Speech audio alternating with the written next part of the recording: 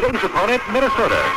The Earle Bruce Show is brought to you by Morris Insurance Company and Capital Financial Services on the Ohio State Football Network. Ohio State football is presented on WBOL by Nielsen Jewelers, the Morris Distributing Company, Kaminsky Oldsmobile Cadillac, and Bob Pennick Bracelet. Follow the Buckeyes! Earle Bruce will size up today's Ohio State-Minnesota game in just 1 minute. A 31-8 win over Syracuse. As you know, it was a win that, for the most part, Coach, satisfied you. Well, it sure did, Chuck. I think that it was a very satisfying win. The first half was played with a lot of emotion on our football team. We went out and scored 21 good points, and not very quick, but good points, and played the heads-up defensive football and shut them down rather quickly. Got good field position, played an excellent kicking game, and did everything just right. The second half, we came out and was very slow and sluggish in the third quarter. And then after they scored, we picked it up a little bit and played a little better in the fourth quarter. And I think that basically the two things I would be concerned about right now after the game would be looking back a little bit of our conditioning. I think we've got to pick it up and get better. We would like to feel ourselves getting stronger in the football game instead of weaker. And I think our passing game leave a little bit to be desired as far as our timing and our routes and our execution. Early in the ball game was very good. We were dumping off to the backs coming out of the backfield, and the first half was excellent. We had one interception in the second half, and our timing was a little slow, and we decided to run the ball rather than fool around with the passing game anymore until we can get it perfected. In the offense this week, you will have a change or two in the lineup. For one, you'll be starting a freshman at tackle. Well, we've decided to give Joe Lukens a chance at the offensive right tackle position, and that comes about by two things. He has really worked in well at the tackle position, and because of injuries and slowness at the tackle position, he's going to get an opportunity, meaning that Tim Brown has not come around with his illness at all, and we've just got to try someone new in that position. And Bill Jaco has had to split his duty not only at the tackle position, but the tight end position because of our situation there, so on a travel situation. So it's been limited, and Jaco will play a lot at tackle, but Joe Lukens is going to start. And Doug Donnelly still not available. Likewise, Ricky Johnson at tailback. Jimmy Gale, nice touchdown run last week, but he's questionable. Jim Gale will probably not play at all. We will probably start out with Cal Murray and play with two backup freshman tailbacks, Lindsey and Spencer. Defense for Ohio State. Last week, good job. They were within a face mask penalty of a shutout. Well, I thought they did an exceptionally fine job. They were very enthusiastic. They swarmed the tacklers. They really played hard football and aggressive football. And I always hate to think about things happening to a defense that scores on you, but normally it takes a break, and it was a pass interception. It was a 15-yard penalty for a piling on penalty that advanced the ball half the distance to the goal line. And then on fourth down, we did stop him, but did have a face mask penalty, and they scored that way. And then the two-point play was almost utterly ridiculous. In which they fumbled from about the one, and as probably they were coached to do, fumbled it across the goal line. Well, I don't know. That was a play that should have been ruled dead, but I don't think anyone really saw the play. Okay, now we approach the Minnesota game. First Big Ten game, and it is an important one, I know, for you. Very briefly, just the attitude of the team and the players as they know they're about to dive into the all-important conference play. Well, I think they're very much interested in opening the Big Ten season with a victory. They realize that Minnesota won a tough football game against OU, but that Minnesota was overlooking OU, no doubt about that. They played a very simple offense, a very simple defense, and just to get by. And they came on strong at the end of the ball game to win 24-10 after being down 10-7 at halftime. And they have great ability on the offensive field, very skilled people. And let us get into that in just a minute. The Earle Bruce Show will continue after these messages.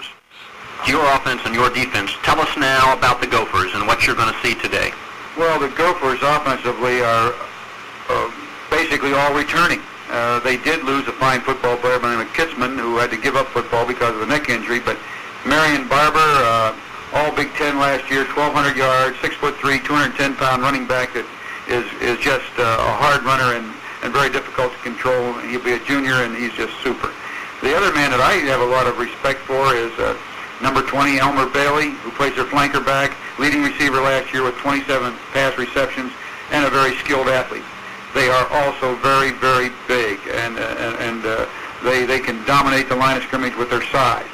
The other thing that's so important is that their quarterback is experienced. And last year, Mark Carlson, after he came into the ball game against Ohio State, completed 7 passes for 7 attempts and just moved them right down the field and had one big throw for a touchdown. He is experienced. He led them in 1977 when they beat and shut out a Michigan team 16-0. So they have some talent on the offensive field. When you go to the defensive football field, again, they're big and strong like any Minnesota football team. Their secondary is fast and skillful. They play you a lot of defenses, and they give you a lot of different looks and a lot of coverages, and they stun at you, and they play aggressive defense. We look for a very tough ball game this afternoon, one in which the Buckeyes are going to have to play very, very tough to be in the ball game at the end. One of the favorite plays of the offense is a sweep. They are very strong. We'll see that a lot today. Well, their pitch sweep to their tailback is very, very good. I would think that would be excellent. That would be one of their top plays. We have to stop. They run the sprint draw a little bit, and when they run the pass play, they do throw the ball.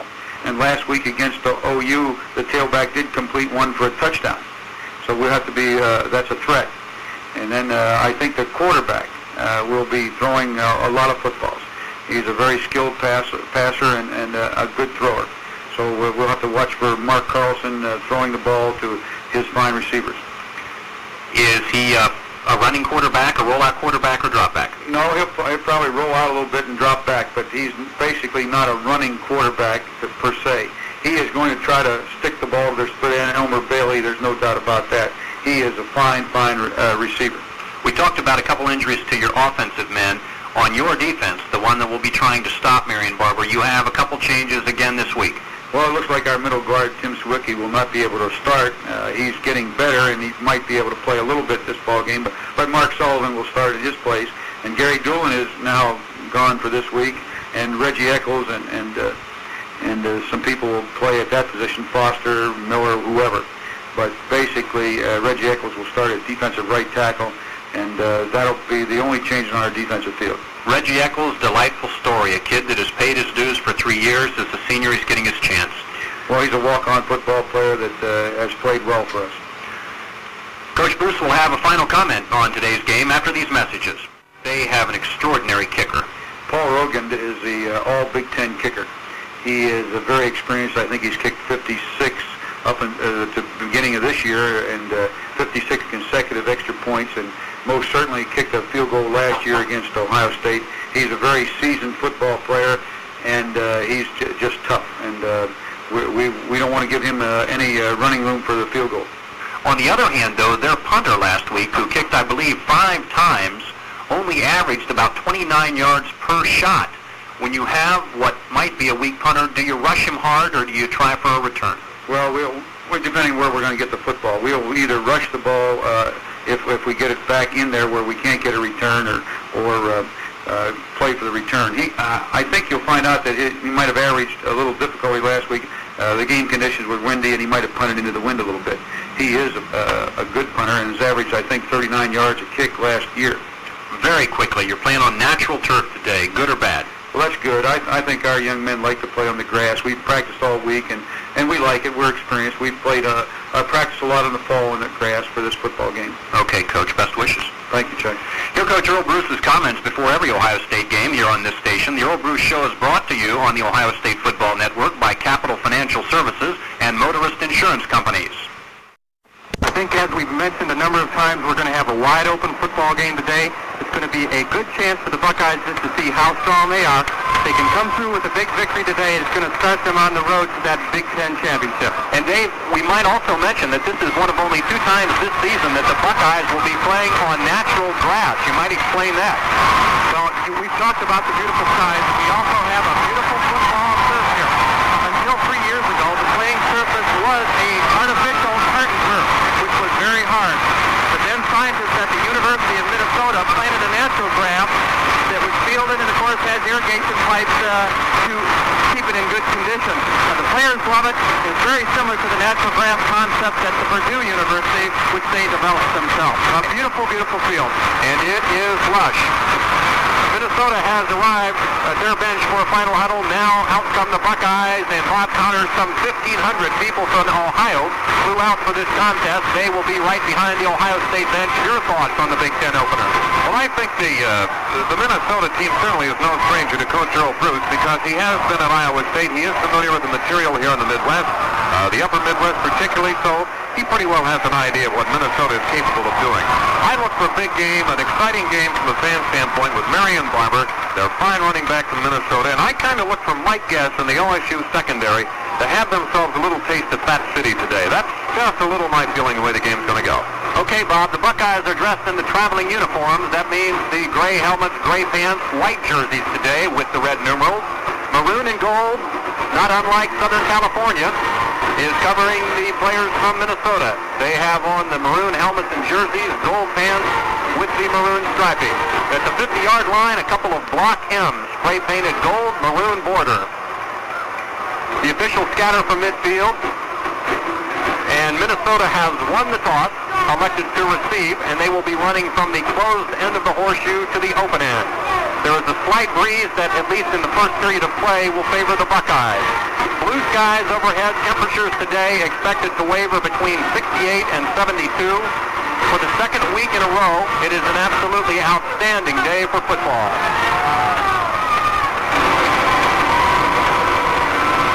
Kicking off for the Buckeyes will be sophomore Bob Atha. And he kicked him deep last week. He sent Syracuse running out of the end zone with it.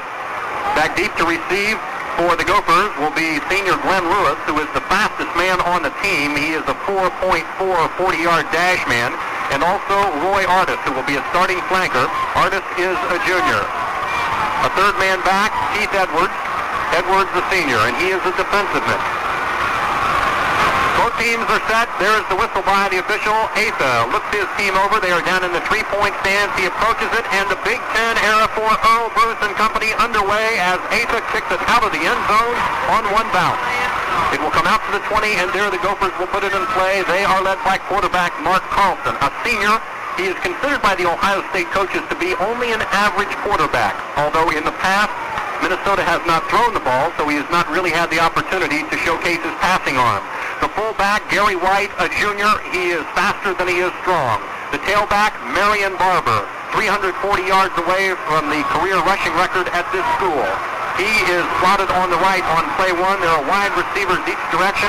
As Carlson looks over, a four-man defensive front out of the Buckeyes and sends Glenn Borquin in motion left to right and rolls that way. He dumps it to Borquin out at the 20 to the 25, and at the right sideline, he is stopped at about the 28. They will mark it there. It will be a pickup of 8, second and 2. The hit by cornerback Mike Guess of the Buckeyes. The flanker for Minnesota, junior Roy Artis. Split end Elmer Bailey, a senior, extremely fast. He was the number one receiver last year. Tight end Glenn Borquin. The center, senior Steve Tobin, Darrell Schwinn, and Bill Humphreys. The guards, the tackles, Marty Stein and Greg Murtha. Second and 2. Ball on the right side. Long count out of the quarterback. Carlson single setback. And he goes to Garry White, the fullback, who breaks through the 30, out to the 35, and forward to about the 39. Nice blocking out of Tobin and Humphreys, the center and guard on the right side. The stop by defensive linebacker, Earle Bruce calls him, although he lines up in an end position. Keith Ferguson helps him over back Todd Bell. The starting defense for the Buckeyes. The outside linebackers, Keith Ferguson and Jim Laughlin. The tackles, Reggie Eccles in his first start as a Buckeye, and Luther Henson. The middle guard is Mark Sullivan. First and 10. Out at the 39, their own 39. The Gophers have motion out of Barber, rolling by Carlson, and he goes to Barber at the 40. He is hit and spins away from a man out to the 44. Quarterback Ray Ellis will get credit for the tackle. He is one starting cornerback, the other Mike Guess, who had that outstanding game against Syracuse. Good enough at that position last week to be named the Associated Press and United Press International Midwestern Defensive Player of the Week. From the 45 25-yard line they spotted. It was a gain of 7. It is 2nd and 3. Barber in motion left to right. And rolling that way and looking that way is Carlson. Has to go to his dump man, and it is complete to Borkman at the 49. He might have reached midfield before 3 Buckeyes shove him backwards. Keith Ferguson in on the hit. Mike Guest likewise out there. Alvin Washington, inside linebacker, offers support. They will spot it right at midfield. That is the first down. The gain went for 5. Inside linebackers for the Buckeyes, junior Alvin Washington and freshman Marcus Merrick, replacing the injured Tony McGarrell, the deep backs Todd Bell and Vince Skilling. So set now out of Joe Salem's Minnesota Gophers. He is a passing coach. Only one set back as Carlson sends in motion. Barber again, right to left this time, but he goes to the first man through and getting through the 45, the 40 to the 35, and down to the 30-yard line is fullback Garry White. And once again, it was center Steve Tobin and Bill Humphries on the right side, moving the Buckeyes middle guard Mark Sullivan and defensive tackle Luther Henson out of the way. Well, Joe Salem caught us in the blitz that time and picked up a cool 20 yards from his running back Garry White. The right call at the right time. It is at the 29-yard line of Ohio State on the right side. This is the opening drive. Minnesota has taken the kickoff and moved it rather impressively thus far. Motion out of Barber, right to left again. That moves to the left side. Carlson rolls that way and goes to Barber. He has it and drops it at the 30. He looks ahead at the defenseman coming up to make the play. And Joe Salem does not like to see that kind of mental error, especially out of his top ball player. The pressure from Ray Ellis and Todd Bell. Incomplete pass makes it 2nd and 10. This program is a presentation of WTVN Radio Sports under rights granted by the OSU Athletic Department. It is intended solely for the private use of the listening audience. Any rebroadcast or other use of this program, direct or indirect, without the express written consent of WTVN Radio is prohibited. 2nd and 10, ball at the 29 of Ohio State. Slot to the right, wide receiver to the left, and again Barber in motion. The Buckeyes will see motion all day long. And again it is White, and again there is room 25, 20, 15 up the center of the field at the 10. 5, touchdown Minnesota.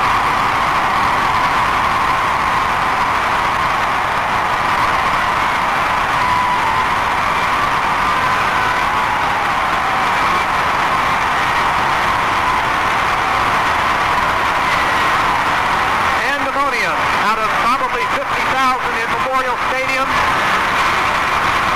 as a no-nonsense drive ends with a touchdown run of 29 yards by fullback Garry White with 12 minutes 20 seconds remaining in period 1. And now a man who has kicked 56 consecutive extra points, that is the longest current string in the nation, and he will now go for 57, senior Paul Rogan.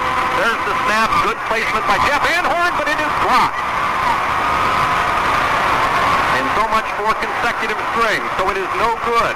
A timeout on the field, 12 minutes, 20 seconds remaining. The score, Minnesota 6, Ohio State nothing. We pause for 30 seconds.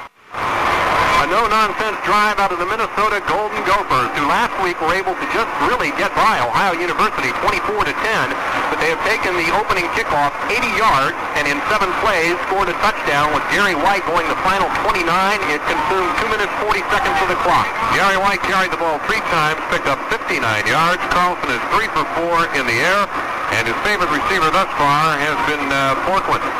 Jack Foster blocked that extra point attempt. Back deep for the Buckeyes, standing at the 1, Gary Williams and Ty Hicks. Rogan, a good kickoff man, approaches the ball, and there is the kick. It is high, not too deep, and it will be Ty Hicks at his own 8 to the 10, the 15, the 24th now to the right sideline, gets away from one man, but not a second, as he drops down at about the 21. On comes the Buckeye offense. The quarterback, Art Schlichter. Last week, an excellent game, accounted for a total of 172 yards, passing and running. The fullback will be senior Paul Campbell. He had a successful opening game. Cal Murray will be the tailback, with backup today from Tim Spencer, only a freshman. Jimmy Gale would have been the backup, but he is not here. He is injured. Ty Hicks will be wide flanker. The other split end, Chuck Hunter to the left, and Ron Barwick, the tight end, on the right on play 1. The ball is on the right hash mark as Schlichter sets up in I formation and goes to Murray right side, out to the 25, and he is stopped there. It will be a gain of 4, 2nd and 6. The center for the Buckeyes, senior Tom Waugh. The guard, Scott Burris, who according to the Ohio State coaches had a fine opening game against Syracuse. Kenny Fritz, All-American candidate, who according to his coaches really just had an average game against Syracuse. The tackles, freshman Joe Lukens. His first start was impressive in a reserve role last week, enough to earn him a starting spot. And Tim Burke, who injured his shoulder yesterday, it's an injury we will tell you about momentarily, but he was healthy enough to get going on play one. He is a senior. 2nd and 8 now for the Buckeyes, or rather 2nd and 9. As going right over his guard and getting absolutely nothing is the fullback Campbell.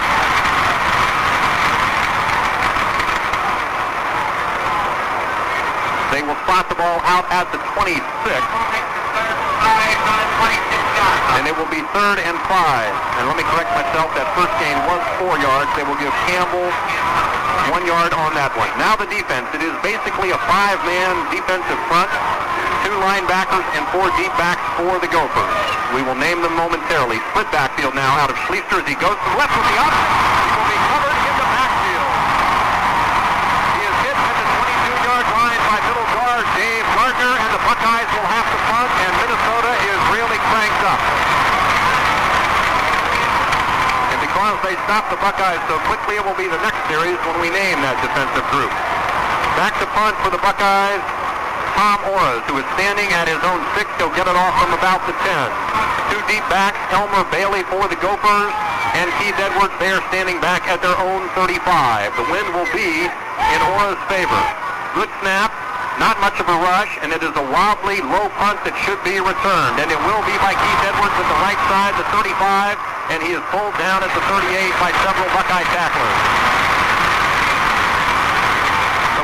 With 1 possession, and Minnesota is on the board, and almost a scuffle down on the sidelines between a couple of players as they had a little trouble on filing. Well, I will say one thing about this Minnesota offense and the Minnesota defense. We've had an opportunity to take a look at them. They do not at all carry any of the hallmarks of the old Minnesota team. 43-yard punt for Tom Orris. Minnesota with the ball at its own 37-yard line. Make it the 38. Ball on the right side, Marion Barber. How much of a threat he is in motion, right to left. But it again is Garry White who gets over the 40 and out to about the 43.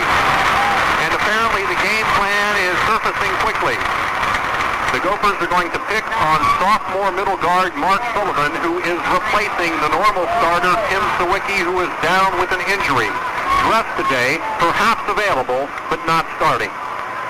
And don't you think that injury reports are very important stuff when planning strategy?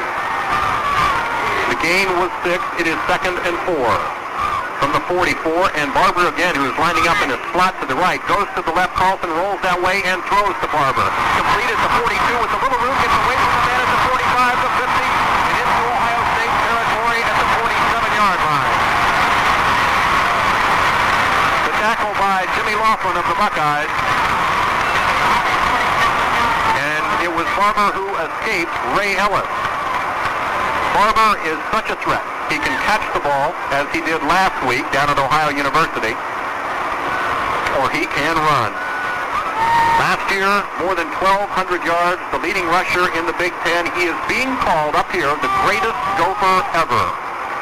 1st and 10. After a gain of 9 by Barber. The ball is at the 47-yard line of Ohio State. Barber this time in motion left to right. Barber is going to take a pass from Carlson at the 45. He gets away from a man at the 40, puts his head down and gets to the 38. And clenching his fist and slamming them on his knee pads is Alvin Washington. A near miss. The final stop came from cornerback Mike Guest. Last week out of Guest, 11 tackles, 1 fumble recovery, 4 punt returns for 55 yards. He was everywhere. 2-time All-Big Ten selection. He will be going for number 3 in 1979. Opening day of the Big Ten schedule for both these teams. Both undefeated, 1-0. 2nd down and short yardage, only 1 to go. At the 38-yard line of the Buckeyes, Garry White with room. 35, 30, 25, down to the 22. And again, they ran over the inside of their line. Deep back, Todd Bell and Vince Killings had to make the tackle. And when your safeties are doing the hitting, there is something wrong up front. Side by side on the defensive line of the Buckeyes are two new starters. Reggie Eccles, who is a walk-on, although he is a senior. He is replacing Gary Doolin. And Mark Sullivan is to his left at middle guard, and Minnesota is exploiting that with Garry White. First and 10 after a 14-yard pickup. It is at the 23-yard line. They spotted of Ohio State in the center of the field. Tight end Glenn Borkman in motion, right to left. Throwing that way is Carlson, and it is thrown out of bounds. Borkman was sandbagging. I don't think he was expecting the pass to come that way. So that will make it second down and 10. In passing thus far, Carlson has attempted 7, completed 5. And they have all been the short outlet passes, and perhaps the reason for that, Bob, against Syracuse, the short flood pass to one side worked last week against the Buckeyes. What's happening is we're getting one of the linebackers covering motion either to the left or the right and opening up the middle, and we've missed 7 tackles so far. Second and 10 from the Buckeye 23. Motion out of Borkman, left to right. New fullback is Jeff Thompson. Rolling to his right, though, is Carlson. Looking back over the center, gets away from one man, but not a second. He will be covered at the 26. Good pressure out of several Buckeye defensemen. The final hit from Alvin Washington, junior inside linebacker. Jim Laughlin also there to provide pressure. So Carlson has yet to drop straight back. He is rolling out behind his tackle, looking for the pass. And that time he was looking to throw over the middle. And the book on the Minnesota offense is that they throw most of their passes over the middle. Thus far today, though, everything has been to the sideline. So much for the book. Third and now about 12. Motion out of Randy Sonnenfield now. A backup tight end. Straight back. Pressure. This is a screen pass to the left side. Is there plenty of room at the 25? The 20. Jeff Thompson is at the 15. The 10. The 5. And he falls at the 1-foot line.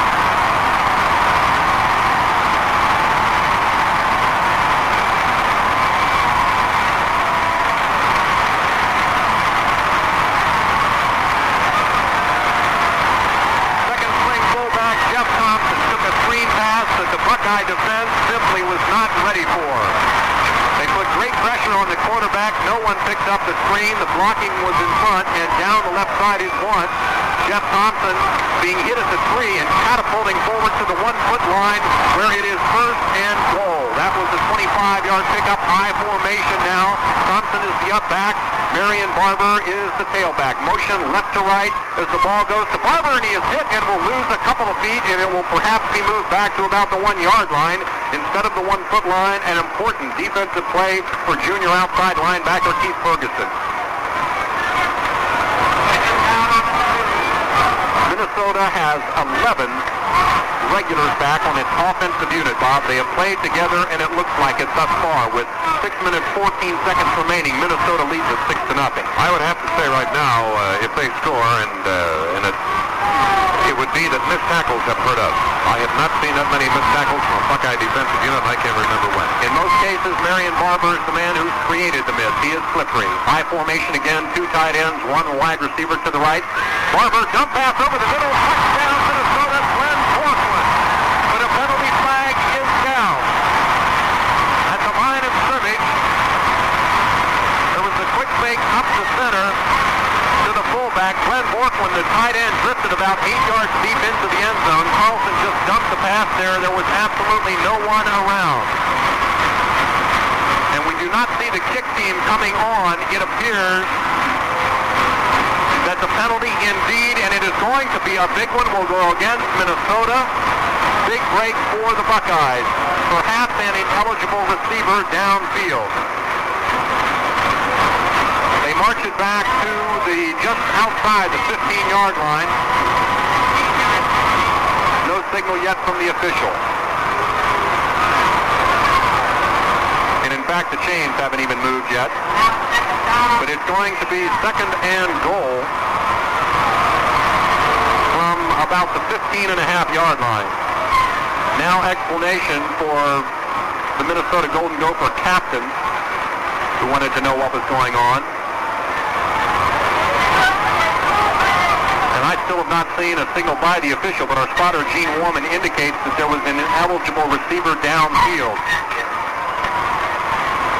Alternating now from the sidelines out of Minnesota, Joe Salem calls all his plays, and now he calls a timeout. So there is a break in the action 5 minutes, 52 seconds remaining in period one. The score, Minnesota 6, Ohio State nothing. We pause for 30.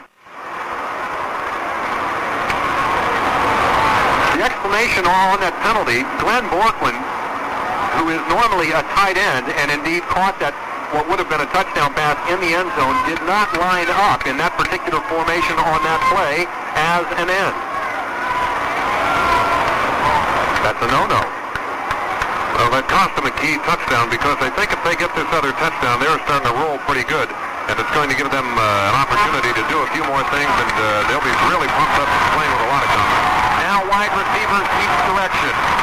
As it is second and goal from the 16, one setback as Mark Carlson, the senior, sends Barber in motion left to right and drops straight back. Looking over the center. Again, it is the screen to the right. The Buckeyes a little bit prepared, but no. 15, 10, 5, touchdown, Garry White, his second of the day.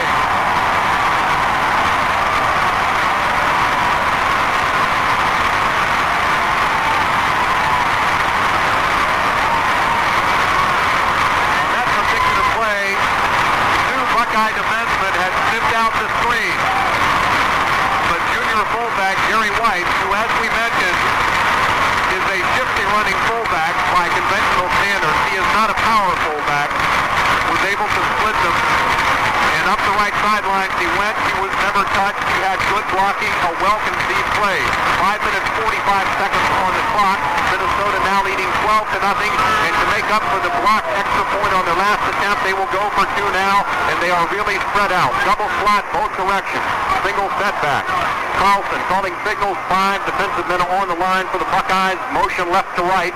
And rolling that way and throwing into the left corner. It is complete to Glenn Borkman. And the Buckeyes are befuddled. They look very, very bad at this point. 5 minutes, 45 seconds remaining. The opening period from Memorial Stadium in Minneapolis to score. Minnesota 14, Ohio State nothing. We pause for 30 seconds. Through the first 9 minutes and 15 seconds of this opening Big Ten contest for the Buckeyes in Minnesota, the Gophers have dominated. They have had the ball twice, scoring on this most recent possession on a 10-play drive that covered 63 yards and ate up 4:32 of the clock. They stopped the Buckeyes after only 3 plays on their first possession and forced a punt. Again, Paul Rogan, outstanding kicker, almost certain to go high in the pro draft, will be kicking off. Back deep for the Buckeyes, Gary Williams and Ty Hicks. 2 men who can really burn. 3-point stance out of the Gophers as Rogan kicks the ball, and this time pretty well. But coming up to the 6-yard line, caught in the wind, it will go to Ty Hicks. He is hit at the 15 and stopped right there. First man downfield was Mike Robb, who is the defensive back. Nice play out of him, and the Gophers, it has to be said, look absolutely superb. What's happening is they are moving us out of the line. They are controlling the ball as of this moment. They're controlling it both offensively and defensively. Everything they've done so far has worked. They are on a roll. It's up to us now to change that and quiet their fans down a little bit. Schlichter from the 16 goes to the first man through over the left side, and Cal Murray will bang out to the 17, perhaps the 18. As he goes over his guard on the left side, Burris. They'll spot it at the 18. It will be a gain of 2, 2nd and 8. Alternating out of the Buckeyes, and they will alternate from several positions. Chuck Hunter is out right now. Gary Williams' split end is in. He is the first to peel out of the Buckeye helmet on the right side. Hicks goes wide to the left and is matched up with Dana Noel. Back to throw, Schlichter looking to the right side. Dumps it out to the short man, Callum Murray. 25, run out of bounds in front of the Buckeye bench. Beyond the 25, about the 27. It will be close to, and I think, a first down. And while they are settling that, we will set the Minnesota defense. The ends, seniors, both of them, Tom Murphy and Steve Cunningham. The tackles, Alan Blanchard, a senior tri-captain, and Mike Weinzerol, he too a senior. The middle guard is Dave Gardner, the 5th senior on the front line. And they have 2 outstanding linebackers behind them. Jim Fawnhorst, a junior, Jack Johnson, a senior. It was a first down for the Buckeyes. Schlichter option to the left.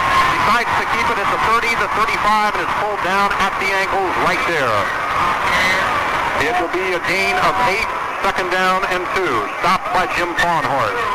The deep back for the Gophers, and again, this is where they might have their Achilles heel today. Junior Dana Noel and sophomore Glenn Cardelli, who was in his first start. Big article in the Minneapolis paper about him today. A dream come true, Bob. He wanted to play against the Buckeyes. Well, he's going to get his opportunity because the Buckeyes, being down by 14 points, they're going to have to play some real ball here because this club is smoked up like I've never seen it. At the 35, it is second and 2. Schlichter options to the right now. Drops back to throw. Looks long down the left side. Going for Gary Williams. And it is incomplete at the 25. Good coverage out of the defense. And it was a misdirection play. Dana Noel provided the coverage. And Schlichter opened up to his right, faked the option, and suddenly dropped straight back behind his right tackle and then threw back to the left. But Noel was up to the task. He was reading his keys as he should do. And the two other defensemen we need to mention, the rover back for the Gophers is junior Mike Pepe and the safety senior Keith Edwards. 7 seniors, 3 juniors, and 1 sophomore on the defense of Minnesota.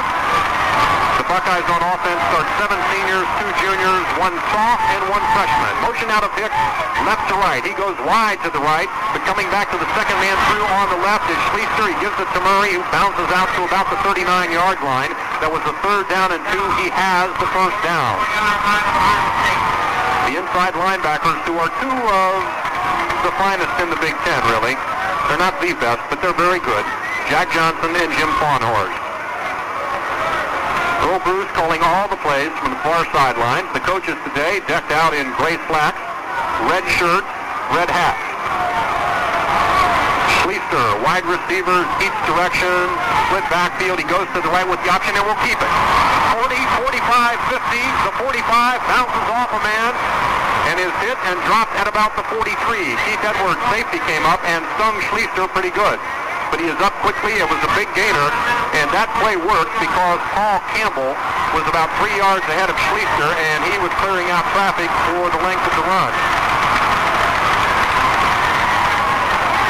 Gain of 18 out of Schlichter, who led the team in rushing last week with 91 yards. 35 seconds left in the first period. Schlichter on a draw play gives to Murray. 45 inside the 42, about the 39, possibly the 38. They will spot it at the 39. It will be a gain of 3, second down and 7. The stop by Steve Cunningham, defensive end, and Alan Blanchard, the senior tri-captain defensive tackle on the other side. It's 14-0. Minnesota leads it. Calvin Murray, 4 carries, carrying 13 yards, and Dave Purdy just brought up a thought. He doesn't think that Coach Bruce is going to have to worry about holding anything back right here. I think that I agree with that. They're going to need all they can get.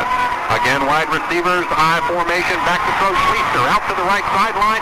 Hicks has it on a nice catch, 25, 20, 15, 10, 5, touchdown, Buckeyes on a beauty.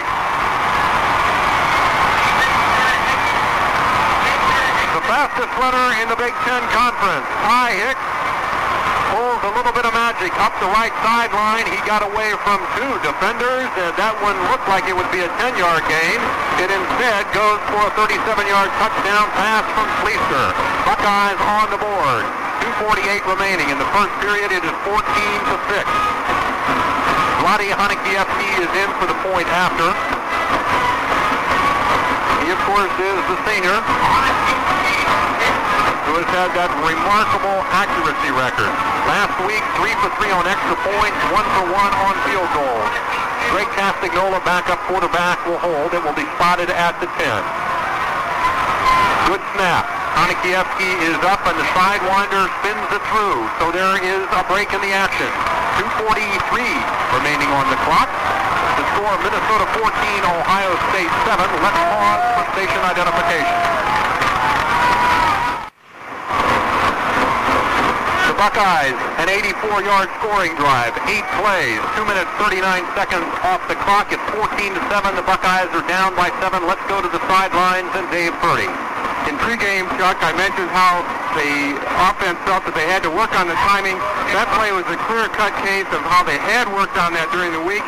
Hicks made a good cut, stopped it, and turned, and when he turned, the ball was there, and I think it even surprised the defense because he just danced his way in after he broke through a couple tackles. It was a curl pattern, and on the curl, the ball should be thrown just as the receiver is starting to bend around. It should be in the air, as a matter of fact, when the receiver first sights it. And you were right, Dave, the timing was there. It was a tremendous concern out of Earle Bruce last week. Set to kick off into the closed end of the horseshoe, a superb football afternoon. 70 degrees, blue skies, 50,000 on hand, and there is the kick by Atha. It goes down the heart of the field, and catching it at the goal line is Lewis. 5, 10, 15, 20 to the right sideline, and he will be run out of bounds at the 21 as he was going laterally. Nice hit out of Glenn Cobb. He, of course, is the freshman linebacker who went to high school at Miami Trace with quarterback Art Schlichter.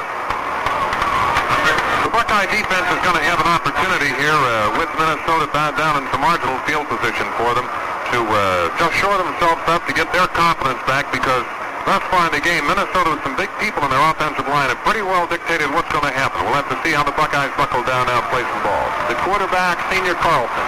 Wide receivers each direction. Hardest is to the right. Single setback as Marion Barber, or checking it, is Randy Sonnenfield in motion, but the give goes to Garry White, and again, 25, Purdy, and he goes right over center. Vince Skilling's deep back had to make the tackle. We credit center Steve Tobin and the guards on either side of him from Minnesota, Schwen and Humphreys, for really blowing out the defensive interior line. And it was a gain close enough of 10 yards to call for a measurement. The chains come out from the near sideline. Tom Blinko, Chuck should be in the lineup now for Alvin Washington, I believe. And we'll see if Coach Bruce is going to make some substitutions here, try to get some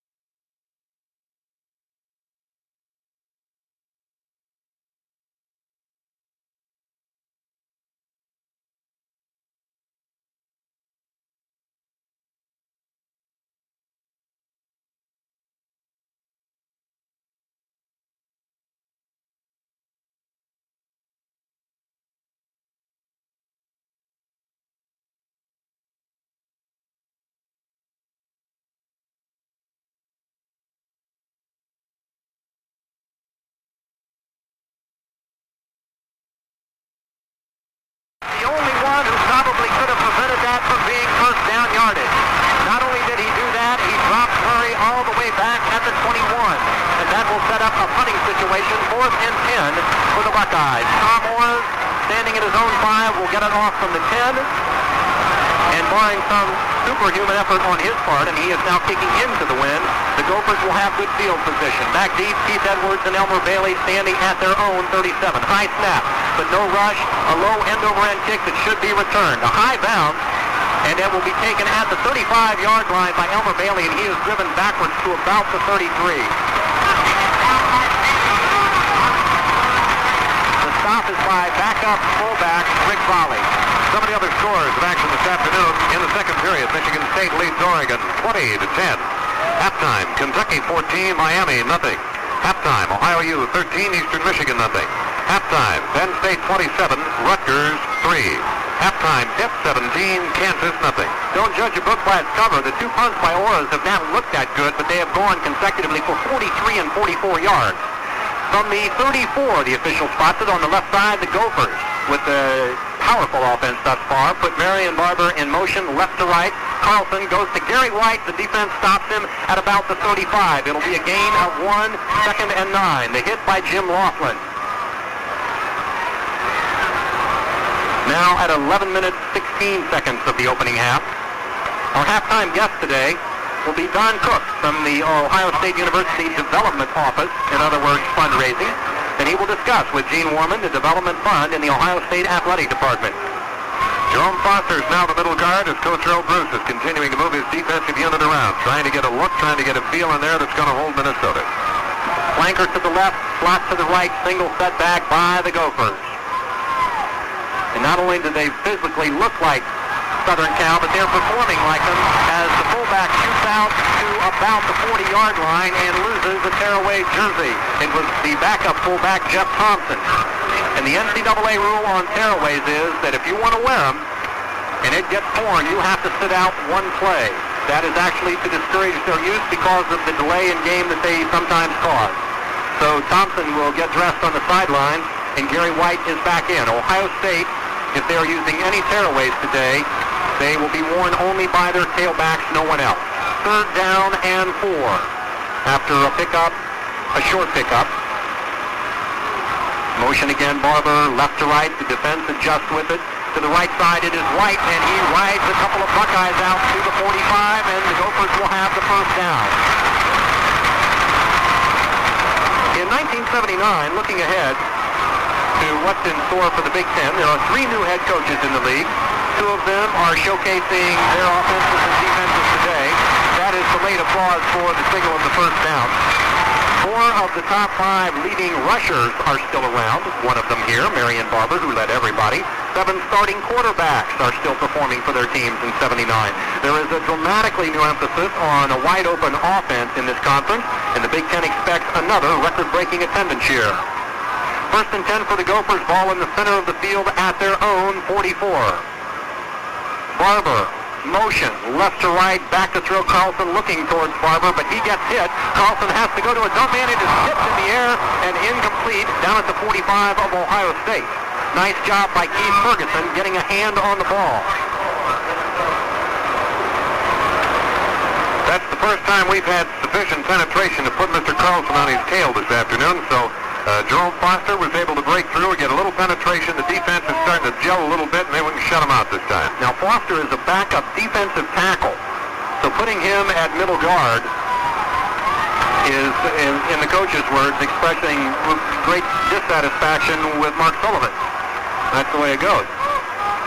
Again, wide receivers each direction, and again Barber. Motion left to right. Carlson gives to the short man, Garry White, who gets away from 1 man, but not a second, as he gets across the 45 and bounces on about the 48.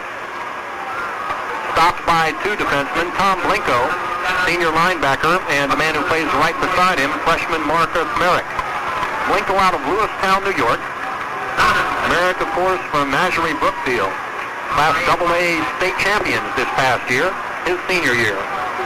Glenn Borkman, tight end, comes to the sidelines for the Gophers. That means that Randy Sonnenfield is in.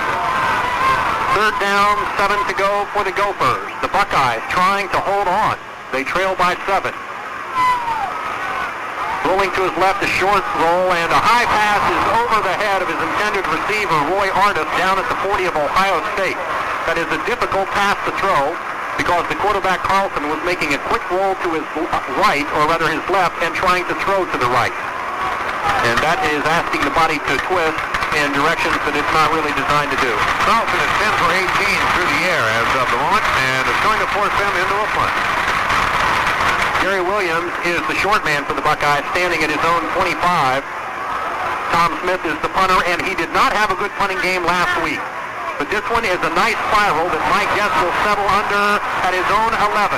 Rolling straight to the left at the 15, jumps away from a man, now gets across from the two men, is at the 20, the 25, the 30, up the left sideline to the 35, and out to about the 37. The score, Minnesota 14, Ohio State 7. Action will continue after this. Financial services, just look in the white pages of your phone book. Up to $50,000 or more. September 28th. Schlichter back, throws a long pass at the 45-yard line, into completion, Chuck Hunter at the 40, the 35, the 30, knocked out of bounds at the Minnesota 25, and perhaps a yard inside it. A 1st and 10 play. Great draws back for Schlichter, and Hunter was open on the right sideline. Finally stopped by Mike Teffey and Keith Edwards. The first big offensive strike of the day for the Buckeyes.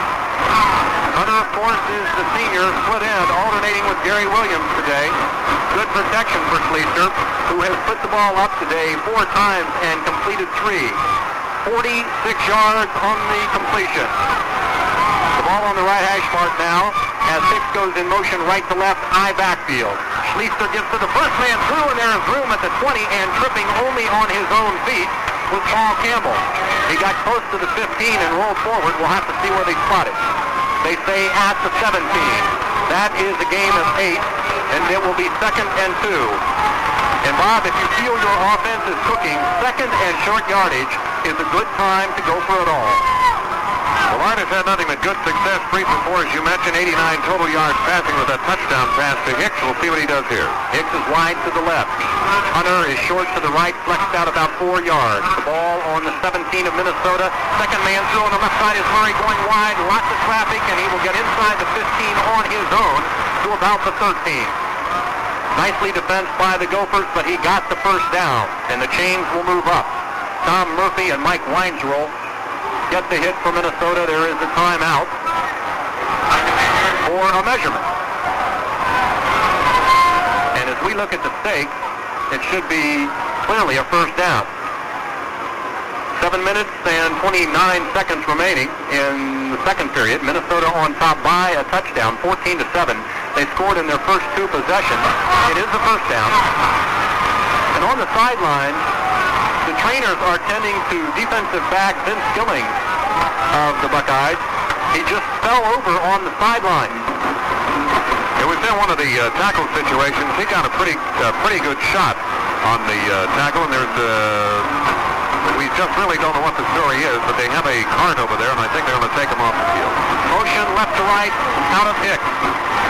Schlichter to the first man, and it is Campbell bouncing inside the 10 to about the 8. Good blocking out of center Tommy Waugh and his guards Kenny Fritz and Scott Burrett. Stopped by Blanchard, defensive tackle.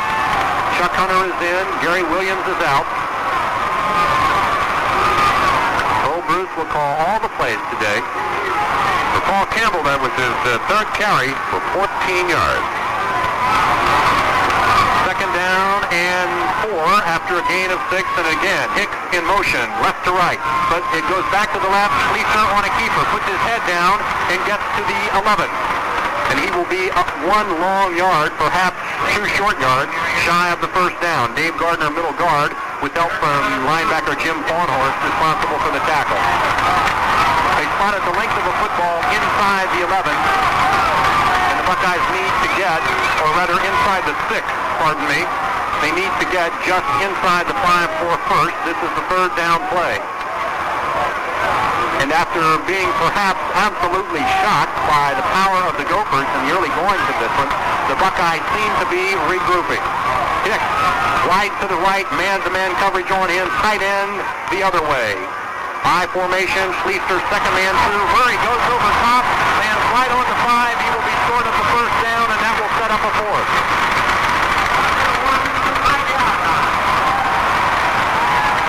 The applause from the crowd comes after they set the ball right at the 5. About 2 feet to go. The Buckeye players motioning to the coach, they want to go for it. We will see if Onikiewski comes out for a field goal. There will be some discussion as the Buckeyes call a timeout. The score, Minnesota 14, Ohio State 7. Action will continue after this. Some of the other games, important games around the country today. Notre Dame at Michigan, Oregon at Michigan State. Tonight, Purdue will play at UCLA. The Buckeyes will face UCLA in a couple weeks.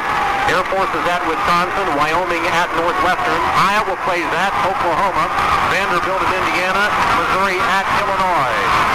The crowd building for the defense of Minnesota as the Buckeyes decide that they will go for it. Fourth and about 2 feet. The ball on the Minnesota 5. The Buckeyes trailing by 7, half the field that they can get a yard if they need it. Split backfield, two tight ends to the right side. Schlichter, he will keep it, and I don't think he got it.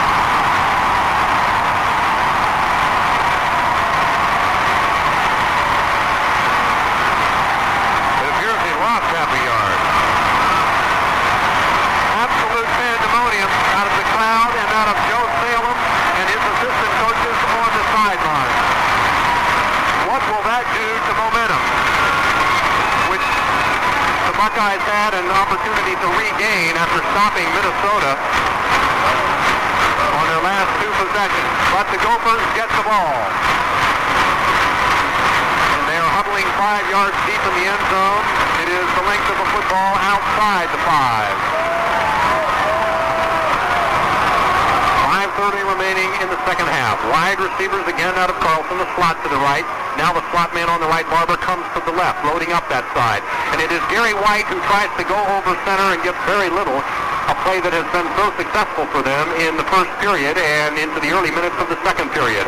But this time, freshman Chris Ream, who is now spelling Luther Henson at left defensive tackle for the Buckeyes, makes the stop after a gain of 1. It will be 2nd and 9. Ream is out of Wadsworth, Ohio, Highland High School, 6'7", 233. Ball on the left hash mark. Slot to the right, slot to the left. And the Gophers love this wide-open offense. They complained last year that they weren't throwing enough. Carlson to White, straight over center, out to near the 10-yard line, and he is straightened up by a couple of white jerseys and forced to the sideline. We will have to see where the momentum stopped him. Let's go to the sidelines now, and Dave Purdy. The report I have on Ben Skillings from Hill during that last drive. Okay, problems, technical problems, which we apologize, Dave. We were getting some feedback. But the report we wanted to get was on Vince Skillings. We will try again momentarily. Right now the ball is at the 10-yard line, where it is 3rd and a long 6 for the Gophers, who send wide to the right. Elmer Bailey, Mike Guest goes out with him. And they are nose to nose. Motion out of Barber left to right. It loads up the wide side of the field. A pitch that way to White. And he gets out across the 10 to the 15 to the 16. He will have the first down. Needed 7. He got 8. The cheer for the first down. The tackle by Chris Reed and Todd Bell.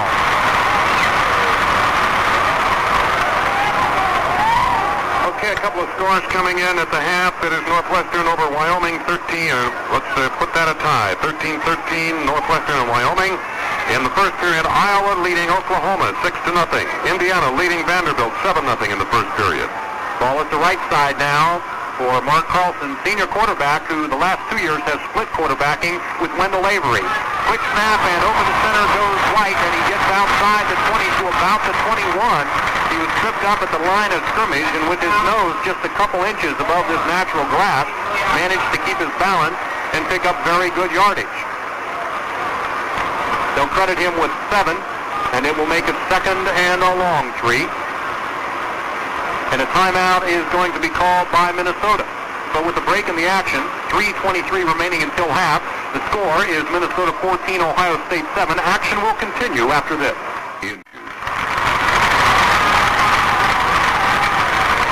timeout was called to allow an injured Gopher to get off the field. Senior center Steve Tobin, a 3-year letterman, will be replaced by a sophomore, Ed Olson, who was redshirted last year as a freshman. Last year, Cal Stahl, who was fired right after last season, after 7 years here at Minnesota, redshirted his entire freshman class.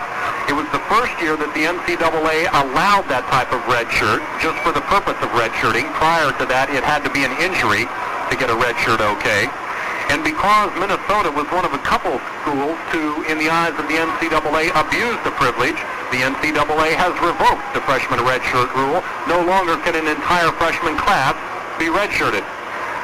But with Tobin out, Olson in, there is a loss of experience at the center position. And remember that in the first period, it was right over center that Minnesota had such success on the ground.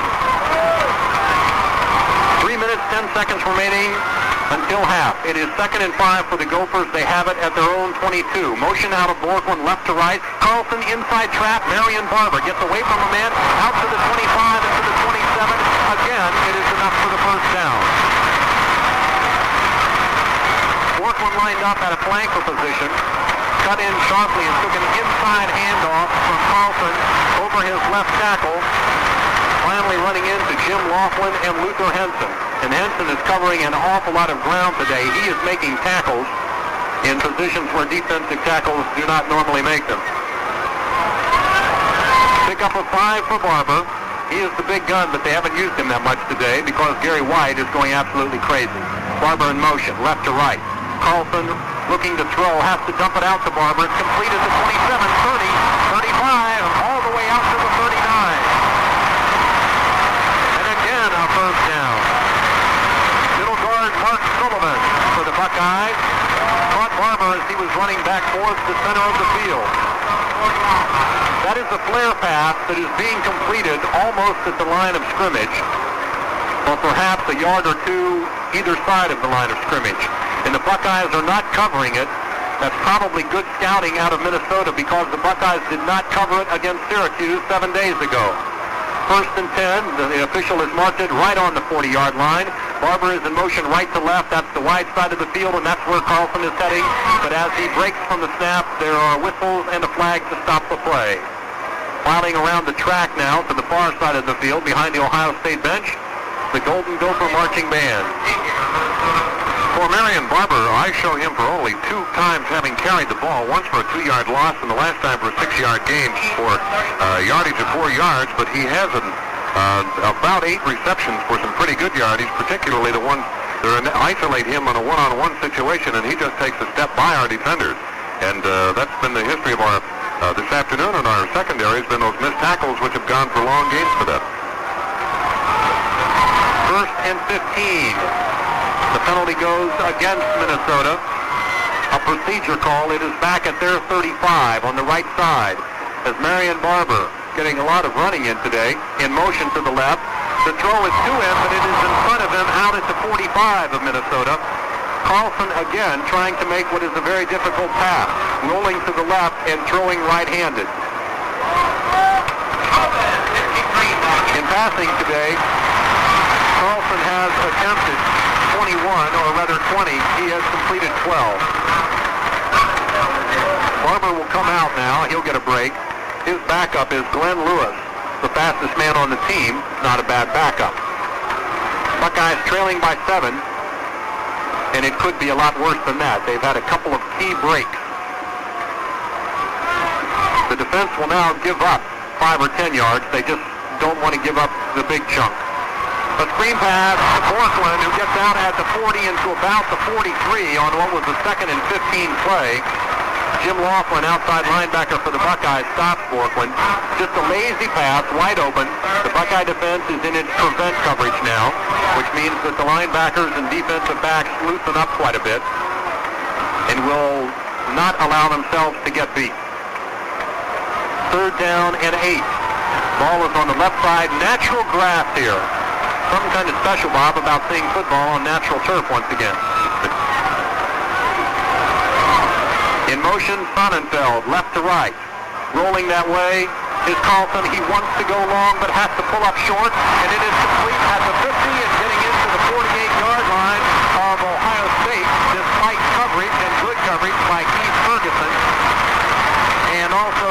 Laughlin was Randy Sonnenfeld, the number 2 tight end to Glenn Borkman.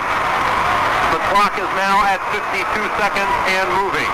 This quarter has been brought to you by Capital Financial Services and Motorist Insurance Company. Ray Ellis of the Buckeyes comes out to cover Elmer Bailey. Bailey wide to the left.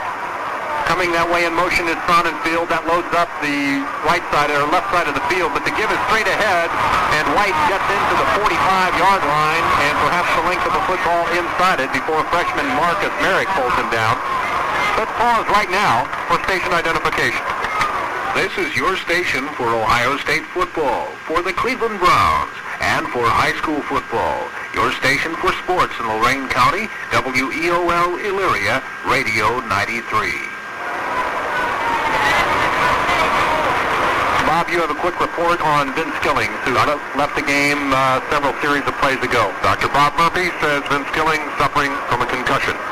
We saw him in an extra hard hit, and he got up, was a little woozy, went over on the sideline, and just kind of slipped down to his knees. They gave him immediate medical attention. It's now listed as a concussion. Vince Skillings, a concussion.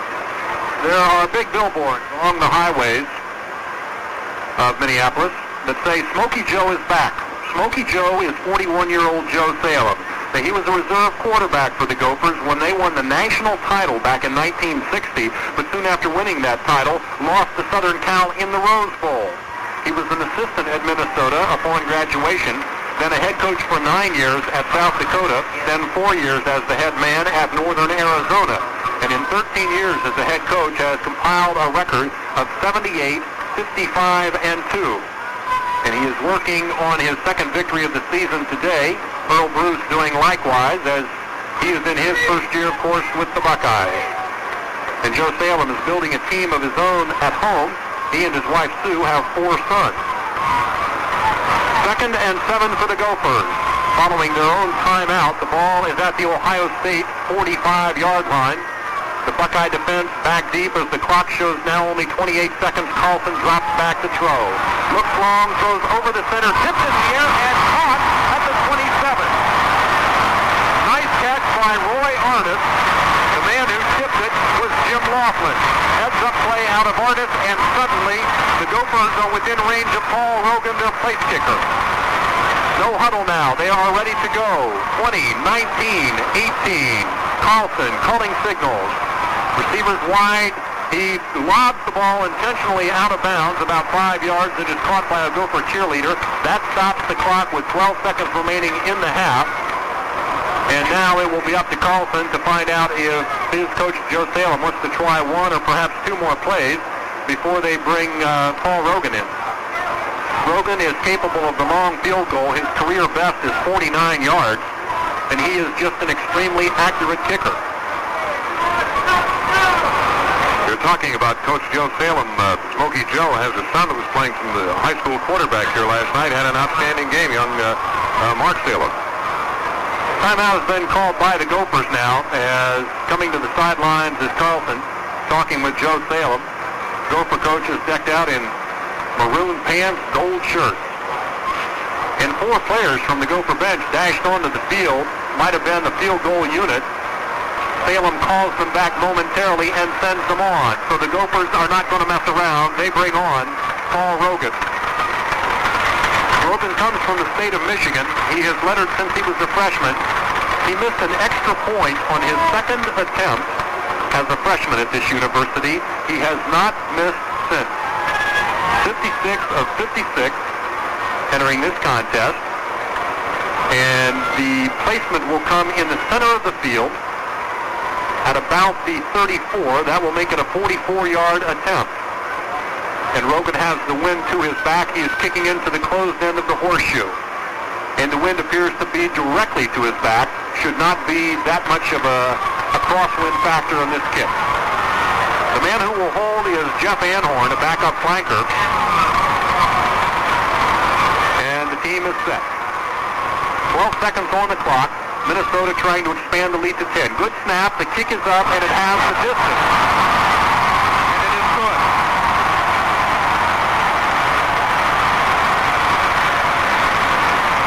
Timeout on the field.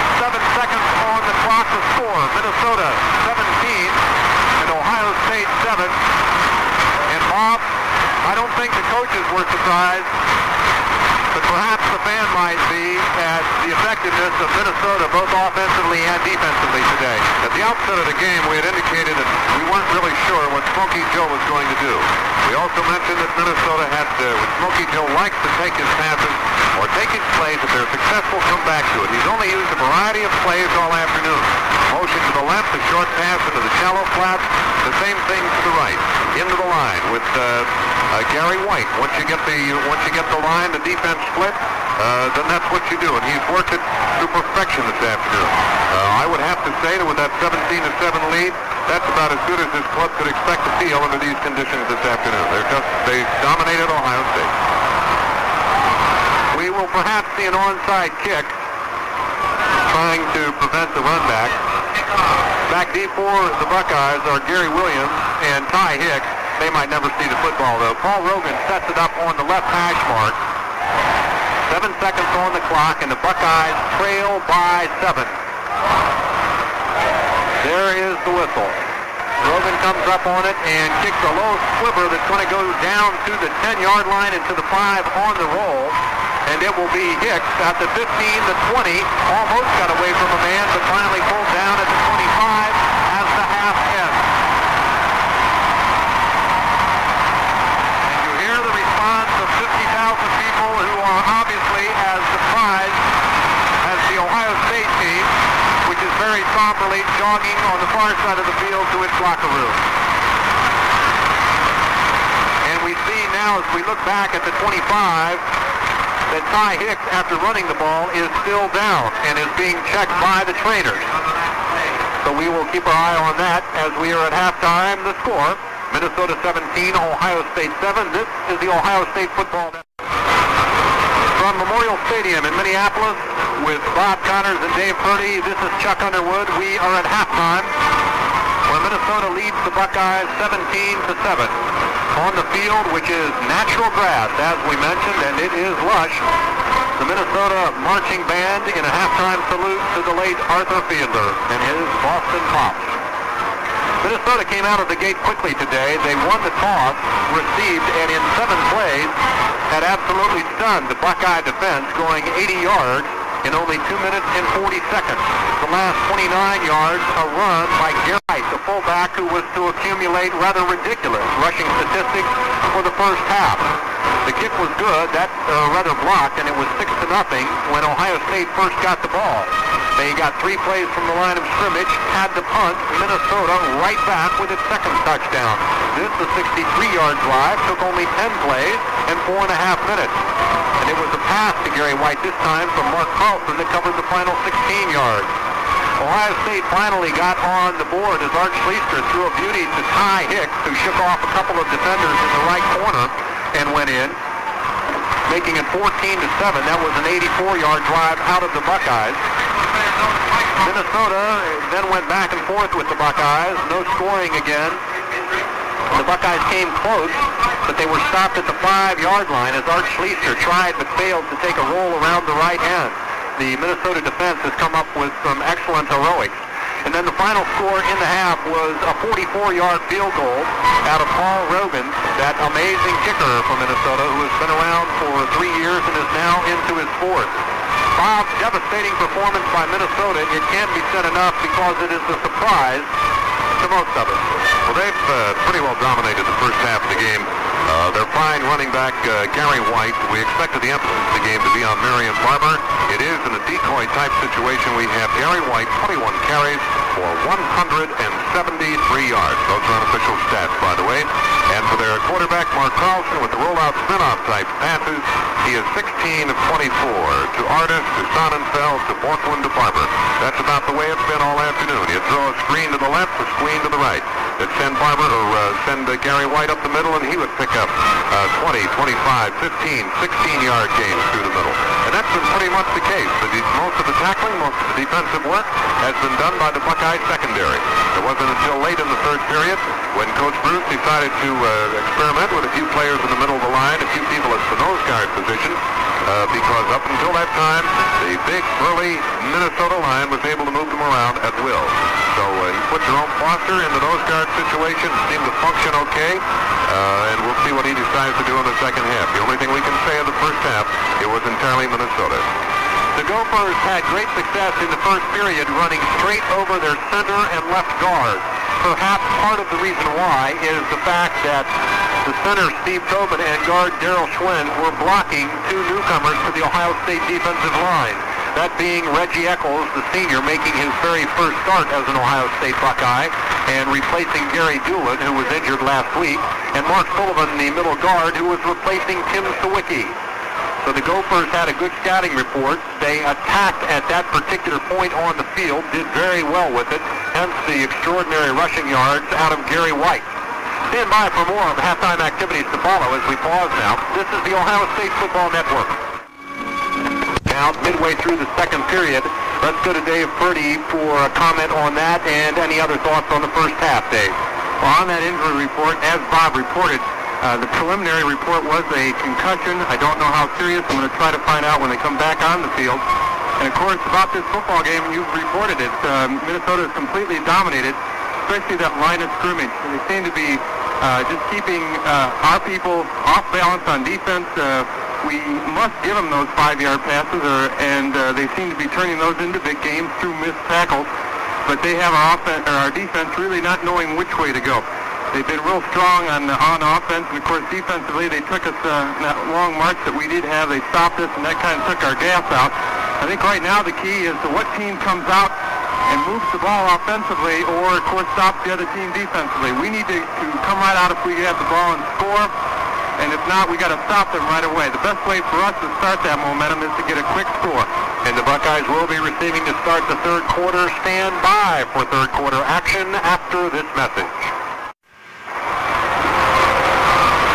Skies above Minneapolis today, temperature about 70 degrees, and a rather brisk breeze blowing into the closed end of this Horseshoe Stadium, which is housing today about 50,000 people, as the tri-captains for each team are meeting now at midfield for the ceremonial discussion of who will receive in the second half. The Buckeyes lost the toss, so they will undoubtedly choose to receive to open the third period.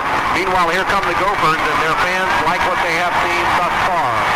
Dave Purdy, you have, as an old Ohio State Buckeye, sat in on a lot of halftime discussions. Would it be your guess that Earle Bruce talked more about tactical and technical errors, or did he give more of just an emotional pep talk?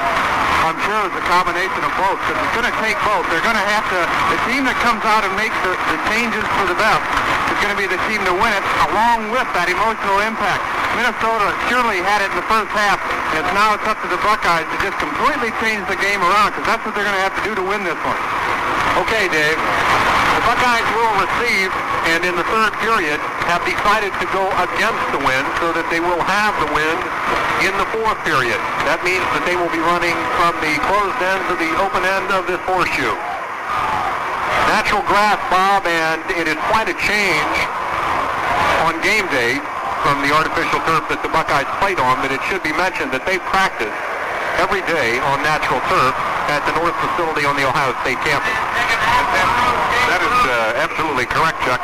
A couple of quick stats I do want to mention. Calvin Murray, 9 carries for 21 yards. Paul Campbell, 3 carries, 14 yards. Art Schlichter, 5 carries, 25 yards. Art in the air is 3 for 4 for 132 yards. His major strikes, the 37-yard touchdown pass to Ty Hicks, and a 46-yarder to Chuck Hunter, and that's where we are. Art 3 for 4 for 132 yards, and Calvin Murray is our leading ball carrier. Hang on a second. Art is the leading carrier, 5 carries for 25 yards, but they throttled Calvin Murphy, 9 carries, 21 yards. Paul Campbell gained only 14 yards on 3 carries. Therein lies the game. Paul Rogan for the Gophers preparing to kick off. He has placed the ball on the left hash mark. Back deep are Gary Williams for the Buckeyes and Tim Spencer replacing Ty Hicks, who was injured on the last play of the half. The approach, the kick, and it is a good one. Gary Williams from his own 3 on the right side. Runs behind his blocking to the 5, 10, 15, 20, 25, 30, 35 to the 40. A nice one. And the blocking was there. No tricky running there. It was simply a matter of staying very cozy with the blocking wall that was set up in front of him. So on comes the Buckeye offense, which produced only a touchdown in the first 2 periods of play. The Minnesota defense has baffled Ohio State's offense, just as its offense has baffled the Buckeye defense. Wide receivers each direction. Ohio State only threw the ball 4 times in the first 2 periods. High backfield. Let's see what Schlichter along with Earle Bruce decide to do in this half. The give is to the fullback over his left guard. And it will be a short gain out over the 40 to about the 42. It was Paul Campbell who carried the ball. A gain of 2. It will be 2nd and 8. Art Schlichter, the quarterback. Campbell, and we might see Rick Volley alternating at fullback. Gary Williams right now is the split end. First man out of the huddle. He comes wide to the right. Cal Murray, the tailback, who has had his troubles today. In motion, left to right, is Alvin Taylor, backup flanker. Schlichter drops back to throw. Pressure, has to run with it. 40, 45, hit from behind, and he will gain only about 3. And it will be 3rd and a long 5. Mike Weinzerl, defensive tackle, got Schlichter from behind. Let's go to the sidelines and Dave Purdy. The report from Dr. Bob Murphy is that Vince Skilling did have a concussion. He had a very strong or hard emotional reaction to it here on the sideline, but they are going to take him back, and we don't know exactly how long he'll be on that. Ty Hicks does have a sprained ankle, and he will not see any more action today. Alvin Taylor is his backup. He is a senior. Good speed. He is in a slot to the right, now comes out of it, motion to the left. Slaps Schlichter on the derriere as he goes by him. Schlichter back to throw. Standing at his 35, throws it to the right side, and it is complete on a short pass to the right sideline. Getting out to about only the 48-yard line, and then being wrapped up by several defensemen is Cal Murray. Mike Seppi, the first man with the hit. And on comes the Buckeye punt team as it is 4th and 2. Delighted with the performance today of their Golden Gophers, who lead in the game 17-7. We are just underway in period 3. Tom Orris will get the ball off from about his own 35. Back deep, Bailey and Edwards standing at their own 10. Good snap. The kick, nice spiral. Orris gets it all. Bailey will let it go. Coffin corner, and he has stuck one at about the 10. Perhaps inside it. No, now the official takes 2 steps out to the 12. But that is excellent Coffin corner kicking. Coaches ask their punters to aim it somewhere inside the 20. And last week, of course, Orris drilled him against Syracuse out of bounds on the 9 and the 3. Let's pause for station identification. This is the Elyria-Lorain Broadcasting Company. WEOL Elyria Radio 93, serving the Lorain-Elyria metropolitan area 24 hours a day.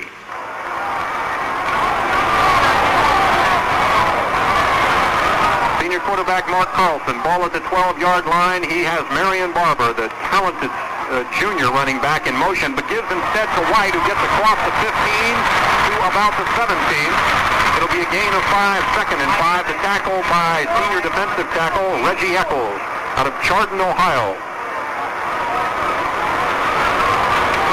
In the second half, on their first possession, the Gopher backfield is intact. It is Carlson, the quarterback, the fullback Garry White, Marion Barber, the tailback, who has not been used hardly at all today. Roy Artis is the flanker, who is to the left, and paired up with Ray Ellis of the Buckeyes on what is the 2nd and a long 5. Glenn Borkman in motion to the short side of the field, but again, the give is straight over the center, and Garry White will get out to the 20, where he will be about 2 short of the first down, and it will be 3rd down. The starting center, Steve Coben, is back in for the Gophers. He was replaced midway through the first half with apparently only a minor injury. For the second play in a row, Reggie Eccles is in on the tackle, as are Jim Laughlin and Bob Murphy. Murphy is the junior who is spelling Vince Skillings, who, as Dave told you, has that concussion. 11 minutes, 42 seconds remaining. 3rd period action.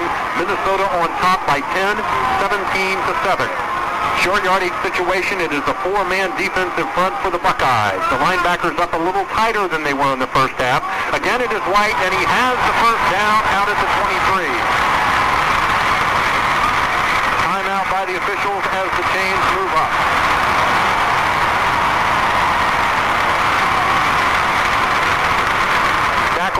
Parker Henson. Henson, the junior, 254 pounds. He reported to summer camp this year at 268. Summer drills have a way of doing that to you. Elmer Bailey, the number 1 receiver for the Gophers last year, is wide to the right. Mike Guess is with him. Slot each direction. Now Barber loads up the wide side of the field as he goes in motion to the right, but it is White again, and he fights out beyond the 25 to about the 28 as the flag goes down. So Minnesota apparently right away, and as you mentioned the theory of Joe Salem, Bob, something goes right, you continue to go with it, and they have gone over the center now 3 plays. Let's see. I think what's happening here, Chuck, is that the Buckeye front wall is defensing a little differently. We're throwing them a little look up front. The last thing Ohio State needs right now is for a long Minnesota drive. Gain of a short 4, call it second and a long 6. Ball on the left side at the Minnesota 27. Motion out of Barber, left to right. Carlson's rolling that way. He will throw it to Barber, and he will throw low as Barber tries to short hop it and cover it, but cannot do so. The pressure by Mike Guess, and that might have been a good throw, because had he kept the ball up, Carlson might have seen his first interception. Guess was in good position. The Buckeye defense starting to tighten up somewhat in the secondary now at this time. Barber was not the primary receiver on that last motion that went to the right side. Guess playing his receiver artist on a man situation, and left him the only thing to do was to go to Barber, and he threw in front of Barber. Great technical errors out of the Buckeye defense. It was, I'm sure at halftime, an awful lot of chalk talk. They were just doing some things mechanically wrong. 3rd and 6. The ball on the left side. Carlson rolls that way looking. Throws to the right sideline. It is complete to Borkman at the 30. He is knocked to the side at the 32. Should be about a yard short of the first down. And we will see if Tom Smith comes out to punt. The hits by Guess. Keith Ferguson was there. Likewise, Alvin Washington. And Earle Bruce had said he wanted to gang tackle this year. That is the old Buckeye tradition. On comes the punt team from Minnesota. The Buckeye defense holds. And across the way, seated between, about the goal line and the 20, are some 1,500 Ohio State fans who made this trip. There are, in addition to those 1,500, 170 people who live in the Minneapolis area and are Ohio State graduates. They were at 5 punts and average less than 35 per kick. And there is no distorting that figure. Block punts do not count against the punter. So he just had a poor day. 7 men on the line for the Buckeyes, but they will go for the return, and Smith makes up for it with a good kick. Yes, running hard to his right at the 30. Cuts up to the 35, the 40, 45, 50 away from the man at the 45, the 40, and he is rolled over at the 37-yard line. Superb return by a very superb return man. The score is Minnesota 17, Ohio State 7. Action will continue in just 30 seconds. Cal Murray took it to the 35. It was a gain of 3, and it will be 2nd and 8. Tackled by Jim Farnhorst, the fine inside linebacker. Buckeyes trailing by 7, good field position. Schlichter has Williams and Alvin Taylor wide. He looks back to throw, goes over the center. Nice pass to Williams, complete at the 20, inside to the 18. And Schlichter threw that ball with more authority than he has thrown this season, Bob. Really snapped it.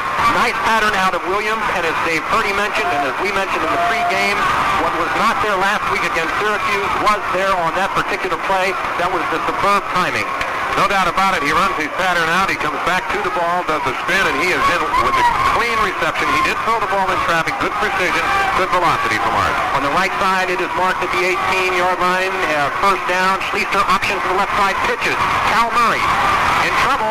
Gets away from a man at the 20. Gets forward to about the 17.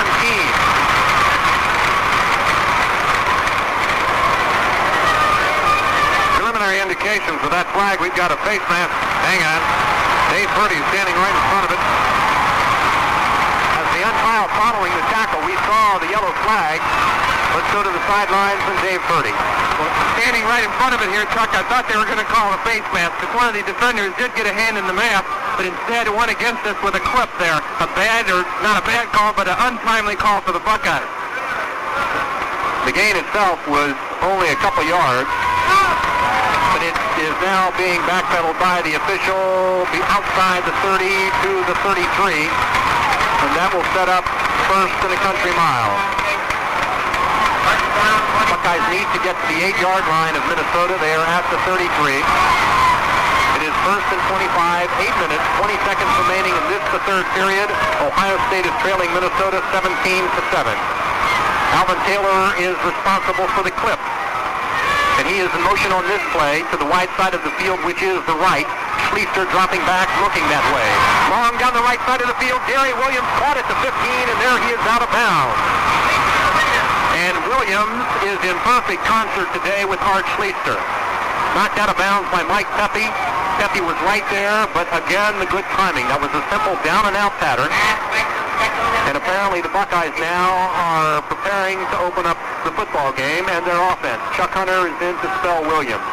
The offense by the Buckeyes this afternoon have been medium to long passes, 37 yards to Hicks, 46 yards to Hunter, 16 to Williams, 15 to Williams.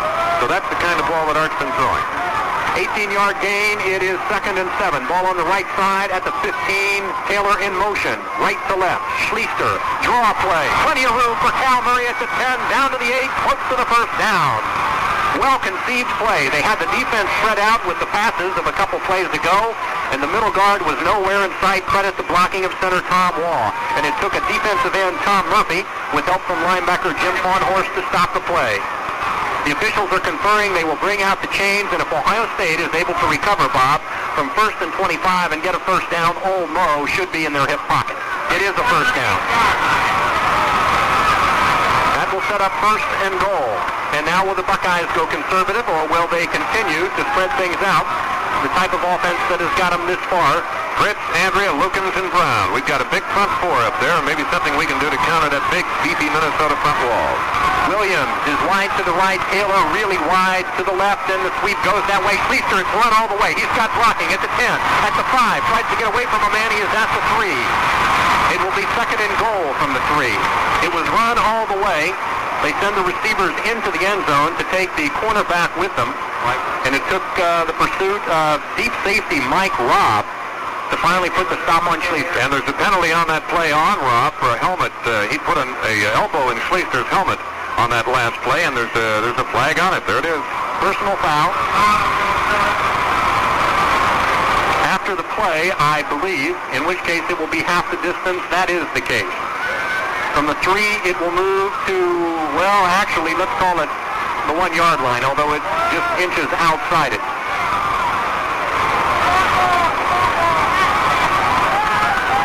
Second down. And the downs marker, as we look at on the near side, is halfway between the 1 and the 2. 2 tight ends, Alvin Taylor wide to the right, Cal Murray right side, touchdown Buckeyes. Goes airborne over Kenny Fritz. And Bob, if you need a tough yard and you're down at the goal line, what better man to run over? Well, they've got some outstanding blocking in that last series of play. The offensive line seems to have come around a little bit, and particularly on the touchdown run. What better, as you say, what better front line could you have than the one he just had, and he scored? 27 total yards and 11 carries for Calvin Murray with a touchdown run of 3 yards. Which makes the score Ohio State now trailing 17-13. Anikiewski is in to kick. Castagnova will hold. 7:24 on the clock. This is period 3. It has been quite a ball game. Big Ten openers for both schools. There's the snap. The kick is up, and it is no good. Anikiewski puts both his hands on his helmet. He kicks a spiral. And that is not Anikiewski. A break in the action. 7:24 remaining in the third period, and let's hold it right here because as the team clears to the sideline, we see a penalty, and they are conferring with Ohio State, which is going to get a break, I believe. And it might come a personal foul. No, against Ohio State. That has the players baffled. Greg Castagnola, who had run off the field thinking the penalty was on Minnesota, now returns for an explanation. Well, confusion, and I think we're going to have a kickoff. Apparently, the unsuccessful extra point will stand. So let's break. 7:24 remaining, third period. The score, Minnesota 17, Ohio State 13. Action continues in 30 seconds. The Ohio State Buckeyes in 8 plays covered 62 yards. The final one from Cal Murray, who went high over top of his right guard, Kenny Fritz, for the score. Anikiewski's kick, no good. And that might be one of the few times in a career that we will see that. Only 1 minute 56 seconds taken off the clock. 15-yard penalty, personal foul on Bill Jaco. Has Bob Atha kicking off from the Buckeyes' own 25-yard line. That should guarantee Minnesota, again, good field position. The approach and the kick, a low spiral. It'll be tough to field. Nope, clean bounce. Duffman has it at the 30, the 35. It is Roy Artis who is stopped at the 40 in the center of the field. So it is now a ball game. Minnesota jumped out to a quick lead, but the Buckeyes have come back. It's going to put it on the defense right now to do it. There's still plenty of time in the game. The missed field goal, or the missed point after is going to make a difference because it will now be flatly up to the defense. After the Syracuse victory, the Associated Press rated Ohio State 15th in the nation. The United Press 16th. Southern Cal leads both polls this week. Mark Carlson, wide receivers each way, and as has been the case all day, motion this time out of Borkland left to right. Carlson throws over the center behind Roy Artis, who was open. Alvin Washington, the nearest defender, but the receivers from Minnesota are running outstanding patterns. They are finding the opening in that zone defense of Ohio State, splitting the seam beautifully. There's a penalty flag down on the far side of the field. Mike Guest, one of the defensive captains for the Buckeyes, indicates that it is against Minnesota. It's an offside that'll go against Minnesota. And as you were saying, the patterns that Minnesota's been running are the same ones that Syracuse ran last week to much success, but Syracuse didn't have the ground game to go with it. Syracuse today is playing at West Virginia, and I think we're leading, weren't they, Bob? In the fourth quarter, Syracuse 21, West Virginia nothing. Here the 17-13 Minnesota, which has the ball. 4 men down on the Buckeye defensive front. 3 linebackers kind of spread out. Carlson draw play, Garry White. 35, and he is finally caught from behind at the 37. One of the few times today that they have stopped this youngster running over his center. Alvin Washington that time got White from behind. I'm sure the Buckeye fans are going to want to hear about this, but it's Garry White with 190 yards. Total offense so far for him. And most of it in the first half.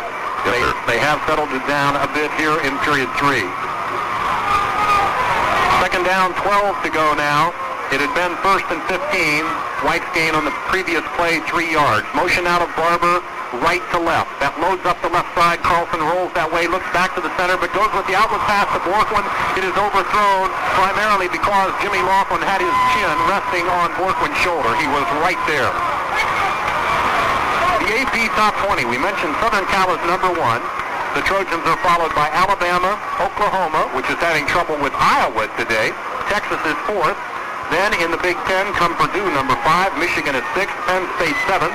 Nebraska 8th. Notre Dame is 9th. Michigan State 10th. As far as the Oklahoma-Iowa game at the half, it is now Oklahoma 7 and Iowa 6. The Hawkeyes had led that at one point, 6-0. 3rd and 12. Big play for the Buckeye defense. Ohio State on the fringe of getting momentum back. Carlson rolling to his left. A lot of people that way. He's going to have to run it. At the 40, he is hit, driven forward to the 42. Minnesota will have to give up the ball as Luther Henson, defensive tackle, really popped the quarterback. Henson's having a good game. We have mentioned him a lot today, Bob. He's mixing it up well at defensive tackle. There's certainly been a need for somebody to have an outstanding game in that defensive unit because they've had the first half was just Minnesota had them in total confusion. Rick Foley is in. He is back deep with Mike Guest and Gary Williams. The punter will get the ball off Smith from just beyond his 30. It's a good snap. Nice spiral.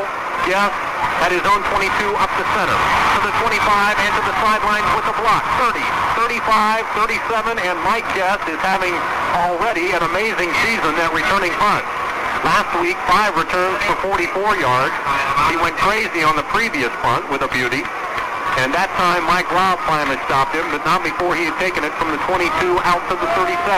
15-yard return. The Buckeyes have the ball 1st and 10. They trail by 4. We have a little better field position right now, and the punt game has got it for the Buckeyes, but Ernie Andrea leveled somebody with just a phenomenal block, and here are the Buckeyes. Rick Raleigh at fullback. Schlichter draw play to Cal Murray. Picking his way out beyond the 40 to about the 41. There was not a whole lot there. What Murray got, he got on his own. And the defensive front 5 of Minnesota is doing very well today against the offensive interior blocking quintet of Ohio State. Tackle on that play by Tom Murphy. defensive end, and a backup linebacker, Todd Peterson, only a sophomore, one of 24 freshmen redshirted by Cal Stahl last year. Stahl was dismissed after the season. He's not around. Back to throw, Schlichter. Pressured, in trouble, gets the pass off, almost picked off at the 46. It was intended. And we've got a Buckeye down on the field, Chuck, and it looks like Tim Brown. The pass was intended, I believe, for Ron Barwick, tight end. And the Buckeye who is down is in the backfield. That is Tim Brown, who dropped back to form that pocket. And Schlichter has not had a whole lot of protection. While they are tending to him, we will break. The score, Minnesota 17, Ohio State 13. Action will continue in 30 seconds.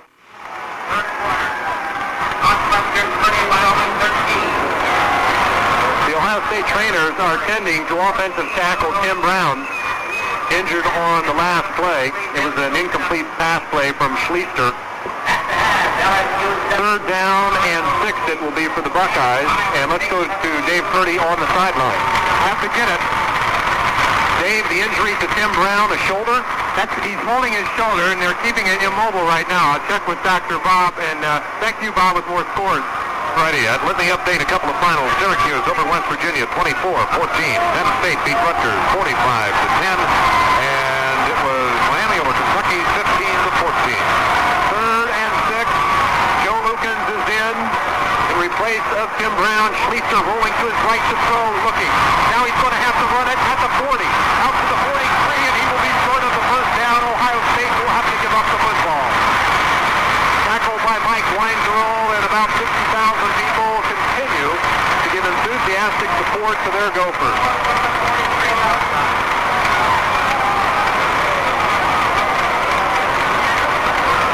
So it will be Orez who will get it off from about his 30. Back deep will be Keith Edwards, one of many Michigan recruits for Joe Salem here at Minnesota, and Elmer Bailey. He is from the Twin Cities, St. Paul. Good snap. Orez punt, wobbly spiral, it will be short. Fair catch signal for the ball rolls at the 25, the 20, to the 15, the 14, and again it didn't look good, but again, that doesn't count. Orez is going to get 44 yards out of that. And he has had 4 punts today, all of them between 41 and 44 yards. On comes the offense of the Gophers. They have built up for their defensive teammates a 17-13 lead. Okay, we have an injury report from Dave Purdy on the sidelines. Dave? Yes, Tim Brown, the big 6'6", 268-pound senior, has got a shoulder bruise. No indication was made, though, whether he'd be back in. Elmer Bailey, wide to the right for Minnesota. They have the ball at their own 13 on the left side. Carlson, the quarterback, nice job of directing the attack today. Inside trap, it goes to Barber, who's going wide to the right into 15, 20, 25, spinning away to the 30, to the 31.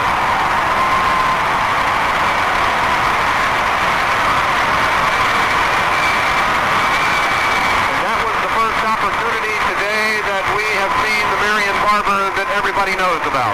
That's only the 3rd time he's carried the ball, and a long gainer it was, and it's the kind of run with the business at the end of it, the diving forward, that's going to jack these fans up. 18 yards for Barber. It is out just beyond the 30 of Minnesota. They have it with a tight slot. Now Barber coming out of the slot to the left side, which is the wide side, but it's Garry White straight over his left guard, out to about the 34.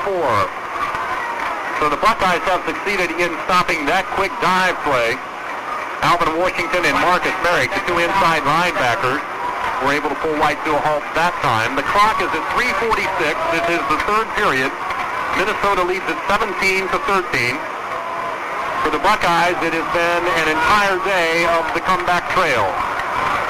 Wide to the left, Artist. Jogging out to meet him one-on-one is Ray Ellis, the junior from Canton McKinley. Borkwin in motion from right to left. Carlson wants to throw that way, but he's in trouble. In big trouble. He will go down at about the 25, or rather the 35. Perhaps got back to the original line of scrimmage, and it will be 3rd and long. Mark Sullivan and Luther Henson, the tackles for Ohio State.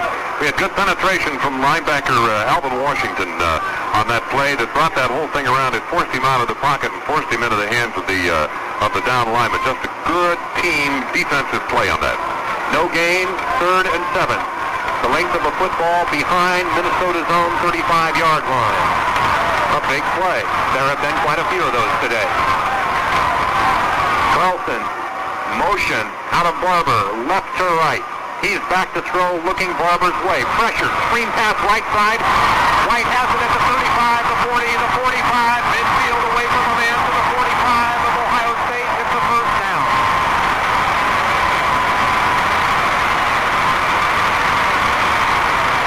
D-backs Bob Murphy and Todd Bell finally do what perhaps 2 or 3 of their teammates were not able to do, and that is get a firm grasp on Garry White. And the screen play has been absolutely devastating to the Buckeyes today. Well, we knew he had to pass, and they had a hard rush coming, but the screen was what did it, and we haven't been able to stop that at all. 21-yard gain. It is spotted at the Ohio State 44. First in town for the Gophers. First and 10 for the Gophers. Single setback. Motion, would you believe, out of Marion Barber to the left side. That's the wide side, but it is White who squirts beyond the line of scrimmage straight ahead, inside the 40 to the 39. Reggie Echols stopped him, but not before a gain of about 5 yards. It will be 2nd and 5. In for the first time today for Minnesota is Ken Delafiore, a junior tackle. Out comes Marty Stein. Also getting a break is Garry White, and much deserved. He is spelled by Jeff Thompson. White is the speed-running fullback. Jeff Thompson is a power runner. Marcus Merrick is out. Tom Blinko is spelling him on the Buckeye defense. 2nd and 5. Inside the 40 of Ohio State. Barber in motion right to left. Back to throw is Carlson, rolling to his right, looking. He will keep it at the 40, the 35, and inside it to about the 33. And he will, in all probability, have the first down when they unpile and spot it. The tackles from the 2 defensive tackles, Echols and Henson of Ohio State. Tells you the story. The chains move up. A minute 21 in the 3rd period. It's been a while since Minnesota had this kind of penetration. They were stopped on a penalty on their last real serious scoring threat. The Buckeye defense must now shore up its troops. Minnesota is throwing the ball in 79, something they did not do in the last 7 seasons under Cal Stahl. Carlson to Thompson, pulls his way right over center down near the 31. It will be a gain of about 3 or 4. Luther Henson, again the stop. He had support from Alvin Washington. That's only the 3rd carry for Thompson for 8 yards. And the figure I have, 29 carries, 217 yards. In a word, wow. Gain of a short 3, call it 2nd and 7 for Minnesota. It is spotted just outside the 31 of Ohio State. Into the ball game is Bailey. He is wide to the left for the Gophers. Barber comes out to meet him in motion, but again it's straight over the center, and there is a little room for Thompson as he gets inside the 30 to about the 27. They need to get to the 24 for a first down, so it will be 3rd and 3. Now down 7, 6 seconds, 5 remaining in the 3rd period. They will not get off the next play. There is the gun. That is the end of the 3rd quarter. We are going to have 15 minutes of shoot-'em-out football.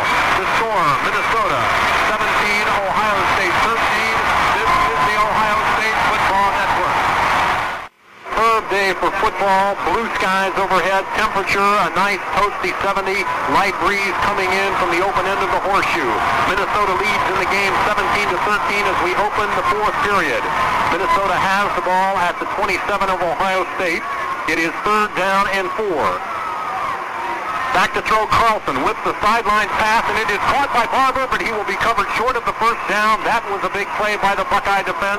Mike Guest is the man who made it. And this 4th quarter is brought to you by Motorist Insurance Companies and Capital Financial Services. The line of scrimmage is the 27. It would be a 44-yard, and as it turns out, as we see him running onto the field, it will be a 44-yard attempt by Paul Rogan. His career best, 49 yards. He is within range. The wind is against him, however. The line of scrimmage, the 27. And it will be spotted at the 34. And in college football, of course, and now in the pros too, the offset upright are right above the back of the end zone. The teams are set. It is a good snap. The wind-up, and the kick is not going to be long enough. It will fall short about 8 yards into the end zone. That is a big play for the Buckeyes. Let's pause right now for station identification.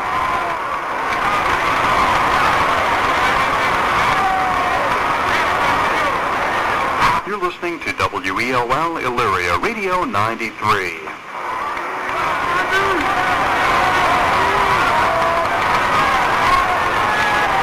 Buckeyes trailing by 4. They have trailed this game from the outset. They have it now on the left hash mark. It is at their own 27-yard line. Schlichter quick count, rolling to his right, looking. Getting some blocking, he will keep it at the 30, the 35, driven hard into his own bench and caught by trainer Billy Hill.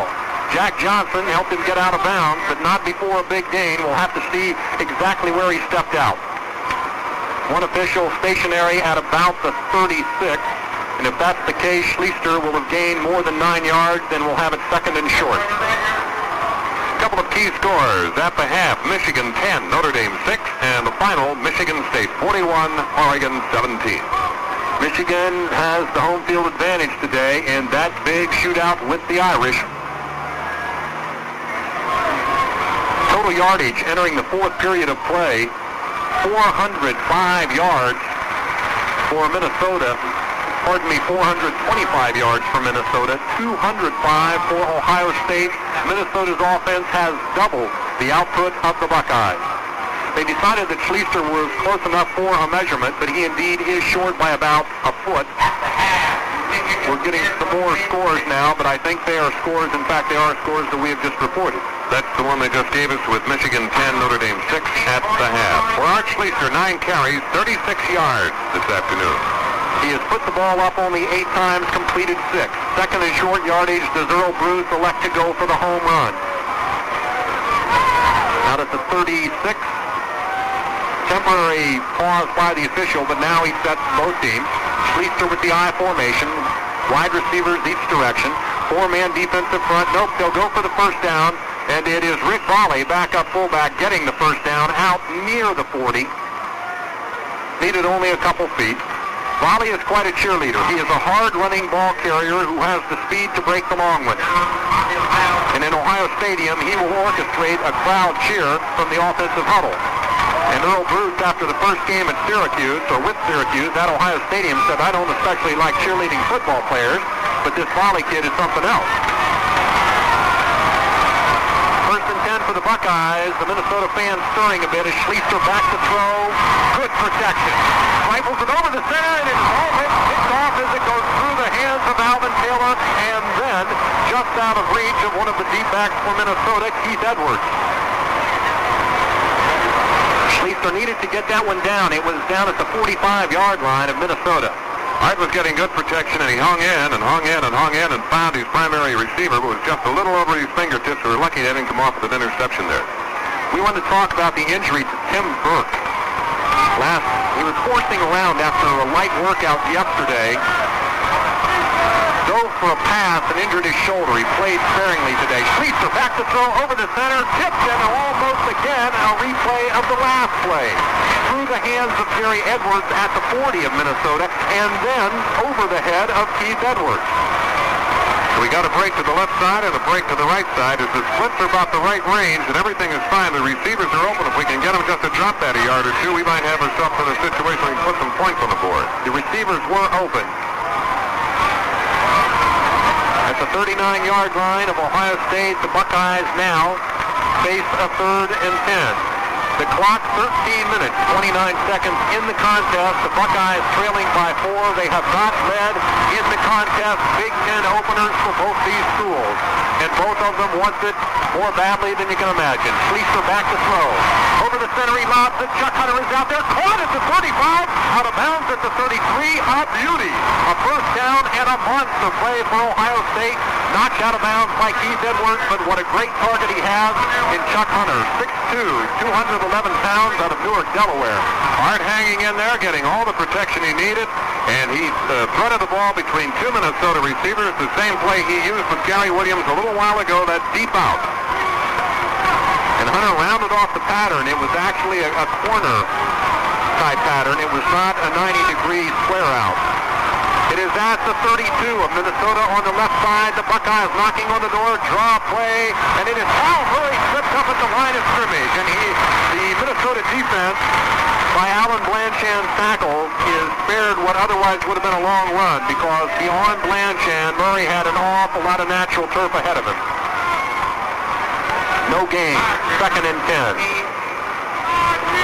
Earle Bruce on the sideline, substituting plays throughout this game with his wide receivers, Gary Williams and Chuck Hunter, who is wide to the right. There is a slot to the right. High backfield. Schlichter rolling to the right. He'll keep it. Pressure. 30. 25 away from a man at the 20. 15. 10. 5. Touchdown. Buckeyes. How do you do?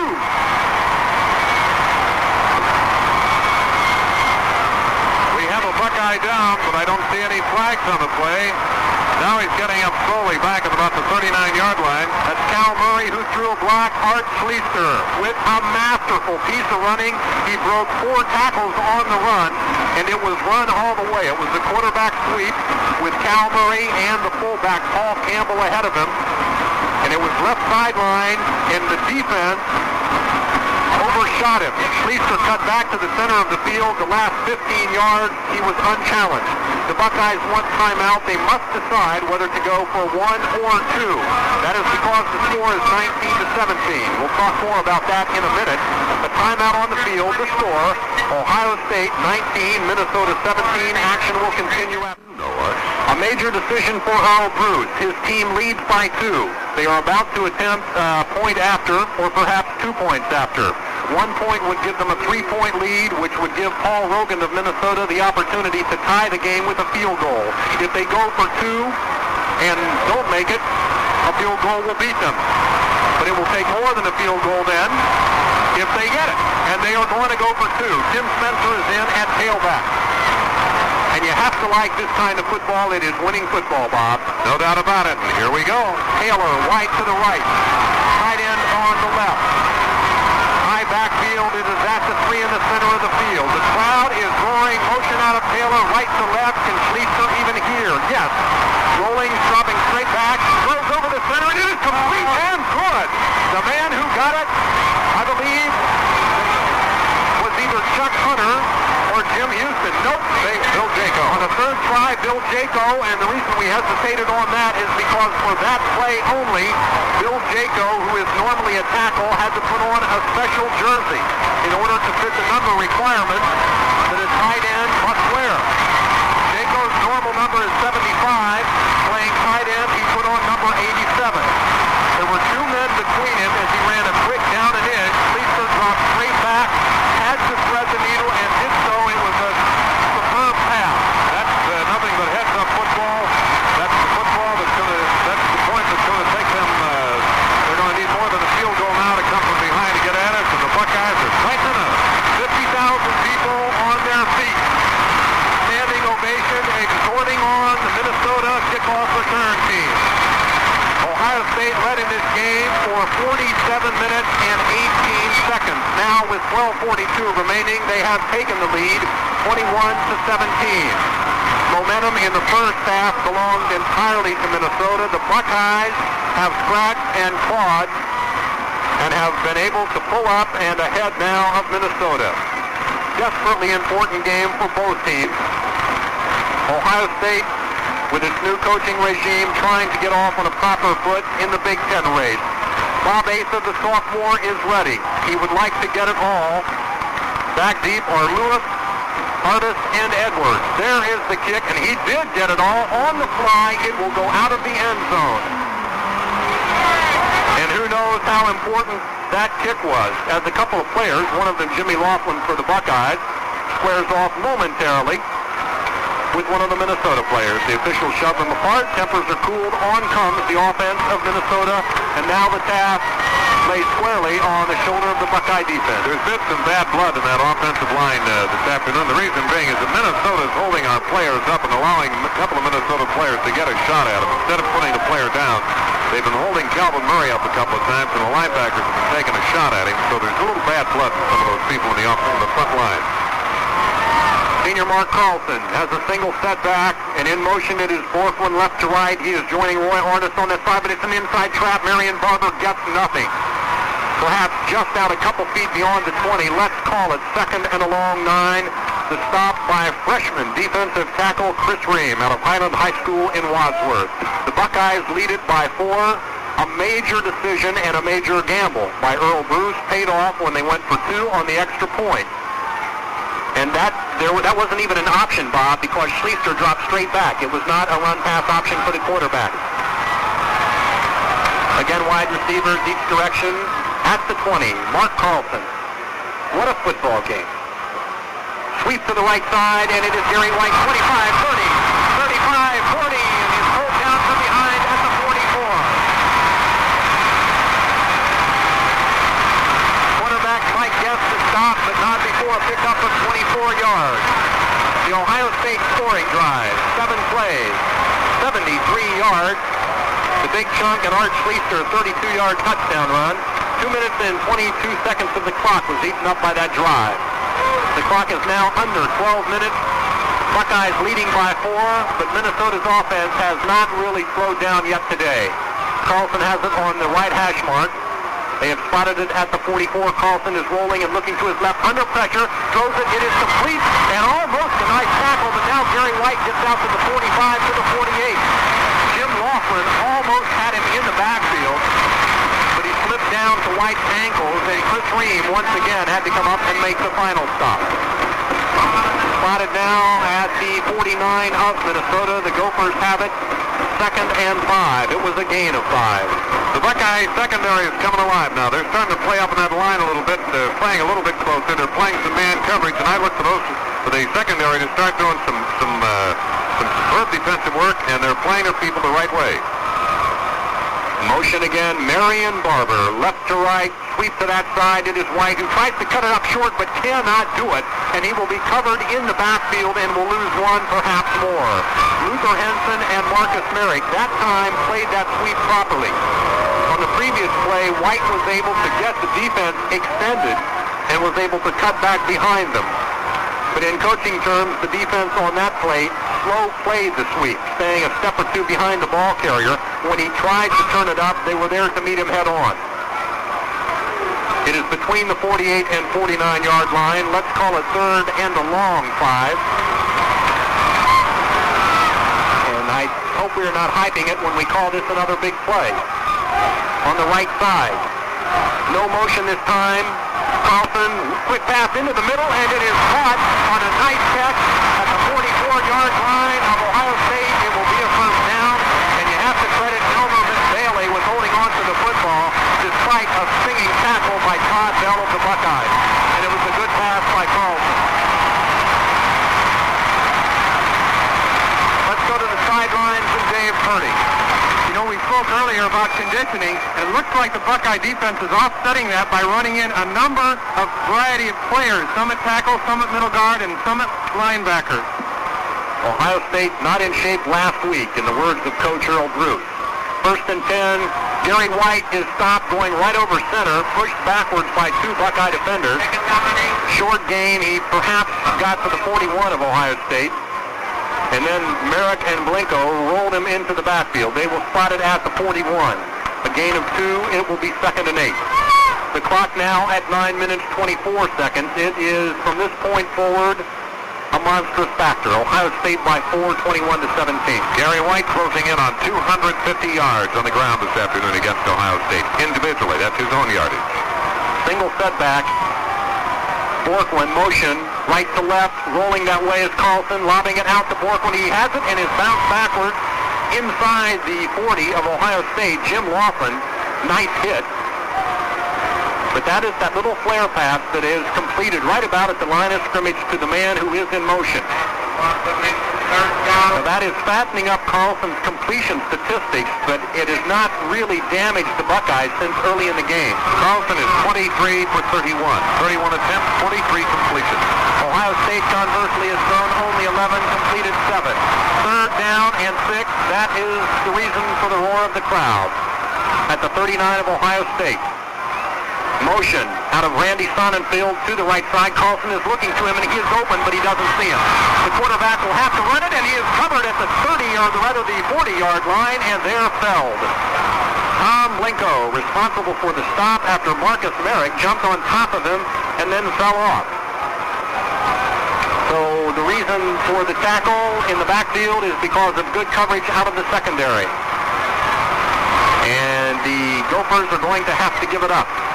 Mike Guess, Bob Murphy, and Jim Laughlin with outstanding coverage in that last tackle.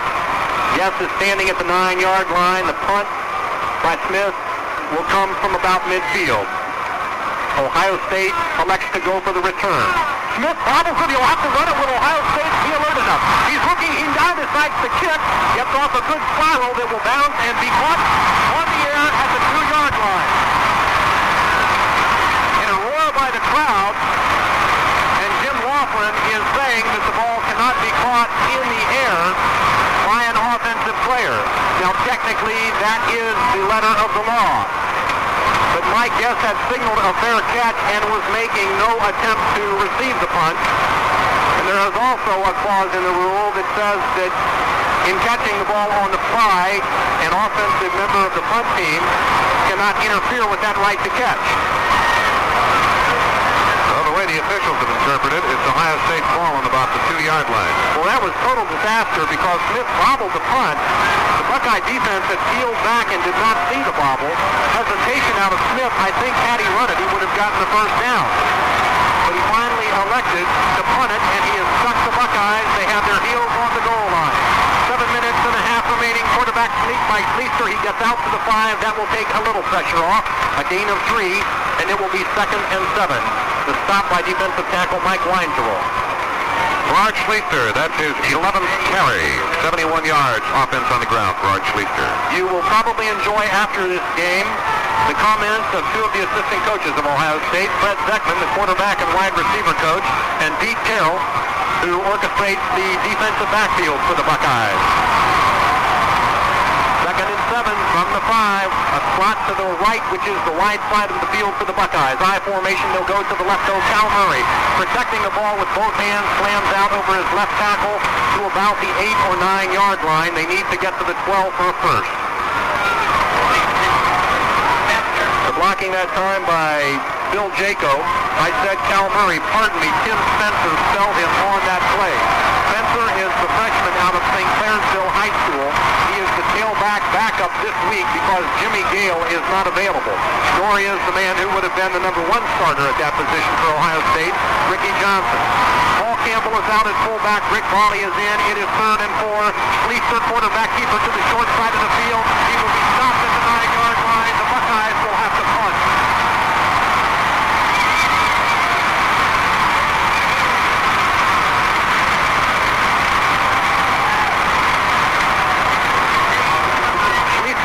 Out of room. He ran it to the short side of the field, and the defense was there. Let's go to the sidelines quickly, and Dave Purdy. Of course, that was a tough situation for the Buckeyes. They didn't have a lot of choice being that deep in their own territory, so they were very conservative. Now it's back to the defensive. Elmer Bailey is back deep with Keith Edwards at midfield. 8 yards deep in his end zone. Orris will take the snap. They are going for a return. The Gophers, a high, beautiful spiral by Orris. Backing up Bailey, he has it at his 35, and a fair catch as he backs off and allows teammate Keith Edwards to actually pull it in. They were shoulder to shoulder. So Orris, a 52-yard punt, and it cannot be said too importantly enough that the Buckeyes have a great kicking game this year. The glasses on the sidelines with the doctors and the team medics are shaking their head with the injuries. Calvin Murray now with a shot in the ribs. He'll be a question mark for yet the rest of this game. And the injuries this afternoon have just been astonishing for Ohio State. The rest of this game means 6 minutes and 14 seconds. Ohio State leads by 4. It has been a heart attack affair thus far. Carlson sends Barber in motion and a sweep to the same side, which is the right, and it is Garry White at the 45, the 50, to the 45, almost loses the ball, but he will have the first down on a gain of 14 yards. Jim Laughlin, with help from Tom Blinko, finally gets White. And what a remarkable runner he is, Bob. He has had good blocking, but whenever it is broken down, he has had the ability to turn nothing into something. 33 carries for 259 yards. Those are unofficial stats. First down, it is spotted at the 45 of Ohio State on the left side. Elmer Bailey is wide to the right. Mike Guest keeping an eye on him as Barber comes in motion that direction. But it is straight ahead, and Garry White will get very little. He will follow his center, Steve Tobin, for a yard, perhaps two. Inside linebacker Tom Blinko stopped him. The clock now at 5:33. And again, it's the Buckeyes by 4, 21-17. They did not lead in the game until 12 minutes and 42 seconds remaining in the final period. And Coach Earle Bruce continues to shuffle people in and out of the defensive unit for no reason other than to keep the people in there fresh. To make sure that there's always somebody on top of the situation, a fresh player in there. 2nd and 8.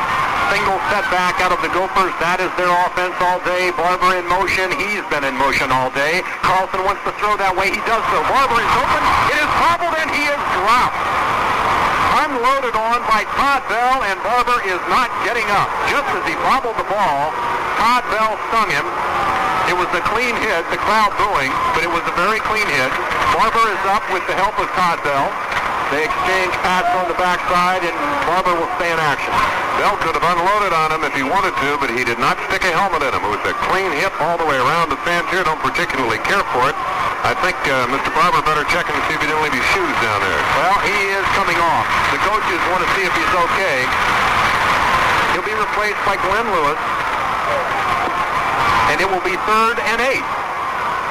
The Buckeye defense trying to get the ball back for their offense, and 10 yards further, and they're in field goal range, these Gophers. Carlson wants to throw it long. He does so. Right side of the field, and it is incomplete down at the 10. Double coverage as Mike Guest knocks it out of bounds and comes 5 feet off the ground with a fist raised in the air clenched. He and Todd Bell, who was also in the vicinity, exchange a big hug, and the Buckeye defense does what it had to do. Excellent coverage by the Buckeyes, Bell and Guest. The receiver was there. He had everything he needed to do. He got a hand on it, but it was the coverage by both of those people that enabled that to be broken up. Carlson took a rollout snap, pumped a short pass fake to the right sideline, which is a pass they have been completing all day, and then tried to draw off the defense to throw long, but it was not to be. Timeout is being called as Mark had gone on to the field of play, apparently willing to give up the ball, try and stick the Buckeyes deep in their own territory and get it back once more before this game ended. But then Joe Salem called timeout. He pulled his front team back off the field, and on 4th and 8, the Gophers will put this entire contest perhaps on the line. The line of scrimmage, the Ohio State 43-yard line. Buckeyes lead it by 4, 21-17. Big Ten opener for both squads. Nobody likes to get out of the gate 0-1. Somebody is about to. Single setback. And Minnesota, based on their success today, can either run it or throw it. Motion out of Sonnenfield, left to right, a sweep. Garry White, a reverse back to the left. Elmer Bailey withdrew. At the 45, the 40, the 35, the 30. He has the first down.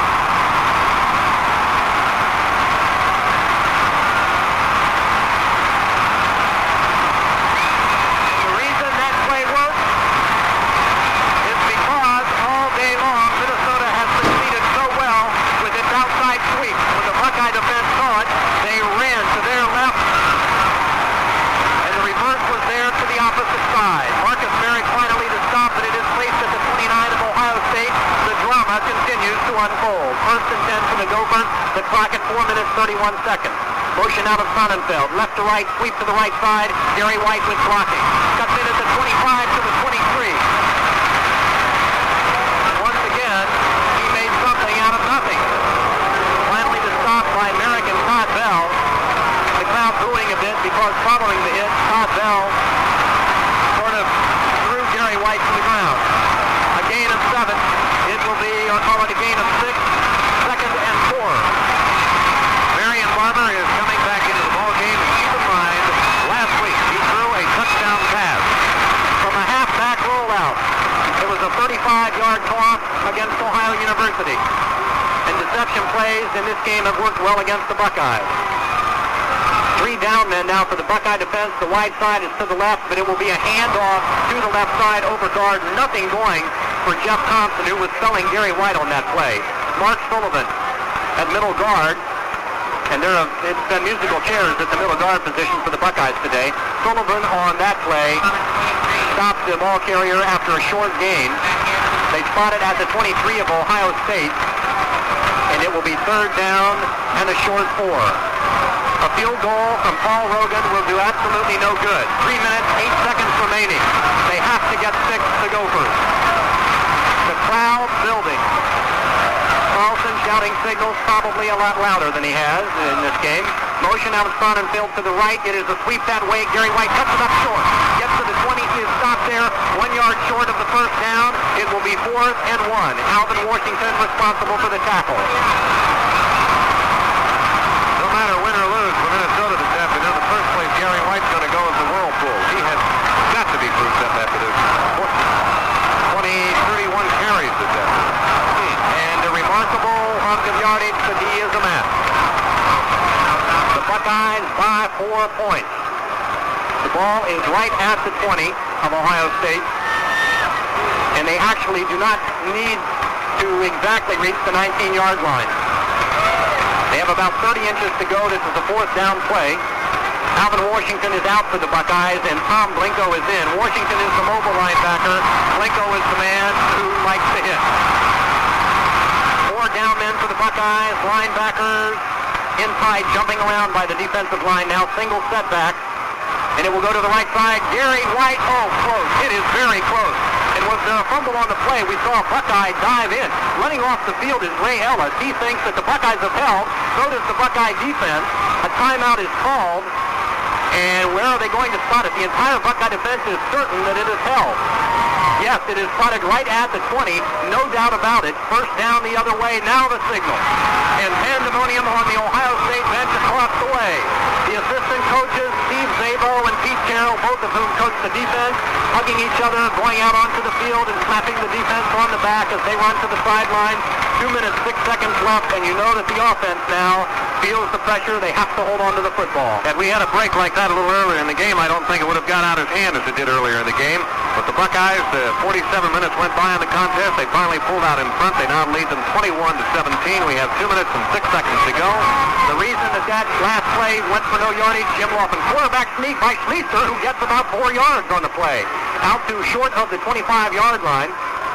He took 1 step backwards, and timeout is called now, I believe, by Minnesota, yes. 3 timeouts per half. And we will take a break. The clock now, 1:57. Will it ever wind down and show goose egg? The score, Ohio State 21, Minnesota 17. Action will continue after this. Before the next play, let's pause for station identification. You're listening to WEOL Elyria, Radio 93, serving you 24 hours a day, with studios in Elyria, Lorain, and Rocky River. Minnesota has 2 timeouts left. The Buckeyes have it 2nd down and 6 at their own 24-yard line. They're going still with only a single tight end. They're spreading out the offense. Schlichter calling signals. He goes to the first man through, and there is absolutely nothing going for the fullback. And Paul Campbell perhaps lost a yard. The clock is stopped now at 1:52, and again Minnesota has called for a timeout, tackled by Mike Weinzierl. So 1 timeout remaining for the Gophers. They will undoubtedly call it after this 3rd down play, try and force a punt. They've spotted the ball right at the 25-yard line, and it will be 3rd and 5. As Earle Bruce's football team slowly but surely creates its own identity, some of the hallmarks of Buckeye football in the past are standing out by their lack of action. Here's a fullback in the Ohio State offense with 5 carries this afternoon. Paul Campbell, 5 carries and 17 yards. If you try to examine this game statistically, and it shows how deceptive statistics can be, Minnesota should be up by about 30 points. Easy. And as you reflect back on what the Buckeyes have done to get this 21-17 lead, you are hard-pressed to come up with hard answers. I'm showing Calvin Murray, 13 carries, 31 yards. Art Schlichter, 13 carries for 76 yards. 3rd down and 5.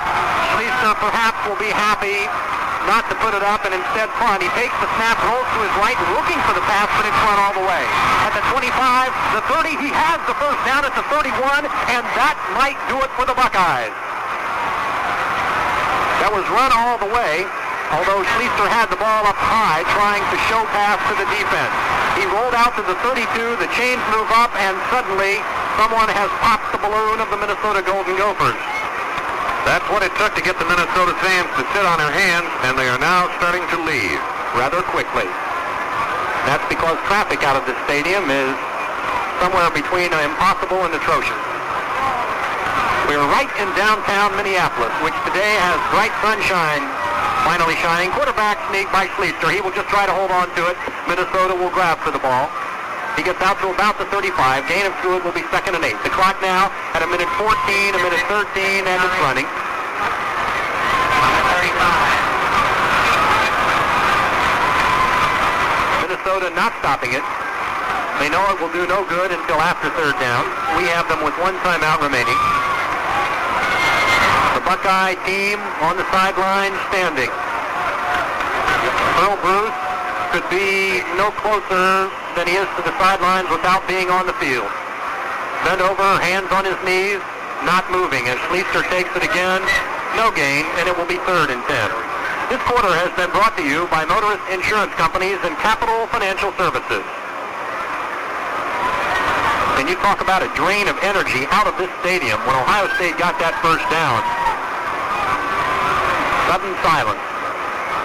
You know, as I was mentioning to one of the Minnesota fans, well, I'll complete this as soon as we get this play. It promises to be a very boring play as long as the quarterback can hold on to the ball. Schlichter takes it at the 32, 2 steps backwards, falls down. Minnesota just comes through the line but doesn't hit him. 6 seconds on the clock, 5, 4, and that's going to do it. 3, 2, 1, it is over. And the Minnesota fans, a standing ovation for their team. They are convinced that despite the loss today, they have quite a football team in their city. Keep in mind we will have coaches' comments coming up. Fred Zeckman and Pete Carroll. The end of the game, the score. Ohio State 21, Minnesota 17. We will return with the final summary after this from Motorist Insurance Company. After trailing in the ball game for more than 47 minutes of a 60-minute contest, the Buckeyes came from behind to defeat Minnesota today in the Big Ten opener for both squads, 21-17. Quickly, the scoring went like this. Minnesota drawing first blood when Garry White, a fullback who had an absolutely ridiculously successful day, scampered 29 yards for the run. The Buckeyes blocked the point after. It was 6-0 early in the first period. That, in fact, was the very first possession. After stopping Ohio State on only 3 plays in its first try, White again scored a 16-yard pass, this time from Mark Carlson, and a 2-point conversion on a forward pass was also good. That made it 14-0 still in the first period. Ohio State came back still in that quarter, and it was Ty Hicks taking a 37-yard pass from Art Schlichter. The kick was good. It was 14-7. Then in the second period, a field goal by Paul Rogan from 44 yards out made it 17-7. That is how they went into the locker room at halftime. OSU came out, controlled the second half. Not, I don't think, as much as the coaches would have liked to have seen. We'll hear from them in a moment. They pulled to within 17-14 when Cal Murray capped a nice drive out of the Buckeyes with a 1-yard dive over his right guard, Kenny Frick. The kick by Honikiewski was no good, and the Buckeyes trailed by 4. But they came back one more time. Art Schlichter, a superb 32-yard run, and on a very important 2-point conversion, he threw a pass to Bill Jaco that kept Minnesota out of field goal range. That is important because on their possession, Minnesota did get within field goal range and would have been able to have at least had a crack at tying the game had the Buckeyes not successfully gambled on that prior 2-point conversion. The final 21-17, Ohio State over Minnesota. Don't go away. The coach's comments are coming up. Back at Memorial Stadium in Minneapolis, this is Chuck Underwood. The Ohio State Buckeyes have defeated the Minnesota Golden Gophers in the Big Ten opener for both of these teams. The final score, Ohio State 21, Minnesota 17. The Buckeyes trailed it until into the fourth period. And Minnesota attempted 35 passes today, completed 24. Who better to talk to about that than the defensive backfield coach of the Buckeyes, Pete Carroll. Pete, first of all, your thoughts on Minnesota's passing game and your defense of that. Well, first of all, they came out in an offense that they had never shown before at Northern Arizona or in the opening game. We did have a feeling that they might come out in the double wing and run and shoot offense. We did not feel that they could run the football as well as they did. The nature of the passing game in that offense is controlled, throw the ball to the backs, and they just did a real nice job executing. It looked as though, rather than them physically beating you, that there was total confusion out of both your offense and at times and also your defense. Like you just didn't know what to expect. Well, I'll tell you, we weren't confused. We were making the calls, but some of the plays were different plays than we practiced against because it was a brand new offense that they unveiled. So they started to keep the ball alive and going with the little dink passes, and we just had some problems making the big play. We really didn't make a big play all day on defense.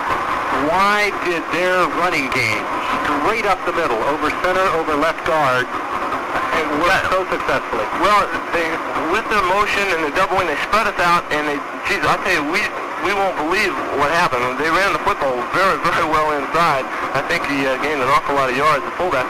I really can't tell you to see the films. It's just a matter of they kind of walled us off and mashed it up in there, and we were spread out on the perimeters, and they just kept running the ball inside. Two distinct ball games, first half, second half. What was said in the locker room? I'll tell you, this is a great win for Ohio State. I know it doesn't sound like it's such a great win, but for our football team to believe in themselves and to believe in the staff and to hang together and win the football game was really something that will help us down the road. At halftime, we just said the football game's not over. They hadn't moved the football towards the goal line with much consistency after the first couple drives. I know it might have looked like it, but we thought we were hanging in there pretty good, and they only scored 3 points after the first quarter. So we thought if we could hang together and shut them out, our offense would come back and win the game, which they did. Pete Carroll, thank you very much. We'll have more in just 60 seconds. Thank you, sir. We will now speak with Fred Zeckman. Fred Zeckman, highly successful high school coach at Miami Trace, came to Ohio State this year, is in charge of taking care of the quarterbacks and wide receivers. And Fred, in the comeback by the Buckeyes, the wide receivers and quarterbacks were important. A couple of big pass plays got you guys back in the contest. Oh, there's no doubt about it. We had a couple of key plays. I think Chuck Hunter made a couple of real good catches, and obviously Art was pretty well on target with them. They're into a hole in a zone, and I think they both made a good read with each other, and it ended up being well delivered and good protection on those. We tried to keep things moving there in that drive, and we are in a position that we had to score, and we came from behind, and I think that proved something to our offense that psychologically we can come from behind and we can score when we have to. An overall impression of the offensive performance today? Well, the big problem was we just didn't have the football. We were ball controlled, and that was part of the reason in the first half we could see the pattern of the game setting up real easy, and we went into a play calling situation that we thought that we could try to control the ball. We thought we could run against them in 4 and 5 and 6 yard chunks, and we found out we couldn't do that. We thought we could, maybe eat off 6 or 7 minutes off the clock and then get a score, and then they wouldn't get the ball. And as it worked out, we couldn't do that. We had to punt a couple times. We had a couple of mistakes. We stopped ourselves in the drive. We had some great punts by Tom Morris, and then we only had the ball, I think, 18 plays the first half. You threw 11 passes today, completed 7. You mentioned that running was the attack. Well, that was as the game progressed. That was going into the game. It wasn't necessarily that, but when we saw that they were going to be able to control the ball on us and move down the field with their attack, we felt that somehow we had to use up as much time as we can and then ball control it instead of trying to hit deep passes. But as it worked out, we should have, maybe done things a little bit different. In the second half, we came out with a little better philosophy.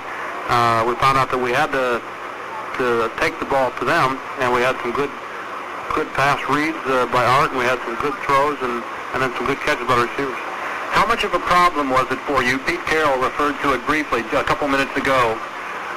Planning an offensive strategy against the first-year coach who you really knew little about, Joe Salem. Well, that wasn't a particular problem. We felt we knew what they were going to do, and I think offensively we were prepared for that because a couple members of our defensive staff were back, and we knew the philosophy of their defense. And so we We knew what we wanted to do against it, but due to the situation in the game, sometimes we didn't always get to do what we had originally planned. Well, Fred, we thank you. I know you're anxious to get to the locker room. Our congratulations on a extraordinary ball game and a very hard-fought victory. Glad you said extraordinary. It was unique anyway. We like them when they're 31-0. Our best Earle Bruce. All right, thanks. Fred Zeckman, coach of the wide receivers and quarterbacks. We will be back in 60 seconds.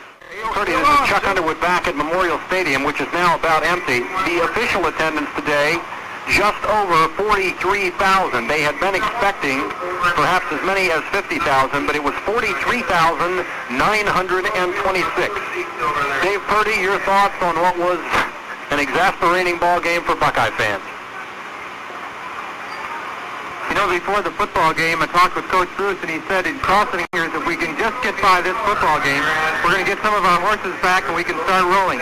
Well, he lost a few more horses today, but it was such a tough, well-fought ball game. I think just to echo what Pete Carroll said, the Buckeyes have to be happy with the way they came back. We had a lot of young, inexperienced people playing in there. We didn't have a big scoring victory, but they held tight.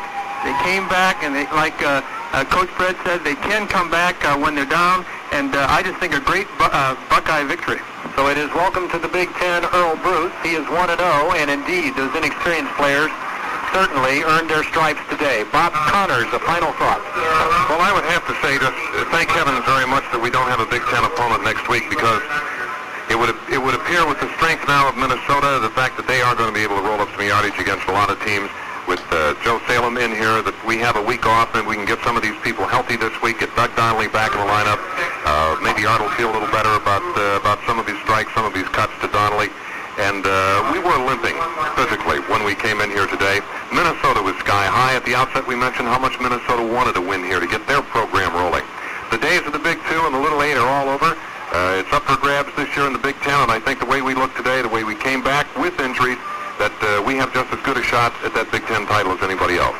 There are now 5 teams who are 1-0 and 5 who are 0-1 in league play. The Buckeyes today, winners over Minnesota 21-17. The review of today's game has been brought to you by Motorist Insurance Companies and Capital Financial Services. Ohio State football is presented on WEOL by Bob Pennick Gravely, Nielsen Jewelers, the Forest Distributing Company, and Kaminsky Oldsmobile Speaking for our engineer, Jim Airy, statistician Dave Kroll, spotter Gene Warman, and producer John Potter, this is Chuck Underwood with Bob Connors and Dave Purdy thanking you for joining our broadcast. The Ohio State Football Network is a production of WTVN Radio Sports Columbus, Ohio. Play-by-play and color announcers for today's game were chosen by WTVN Radio in conjunction with Ohio State University. Next week, join us at 1:30 for Ohio State hosting Washington State. We'll be on the air with the Earle Bruce Show at 1 o'clock. Again, the final score of today's shootout, Ohio State 21, Minnesota 17.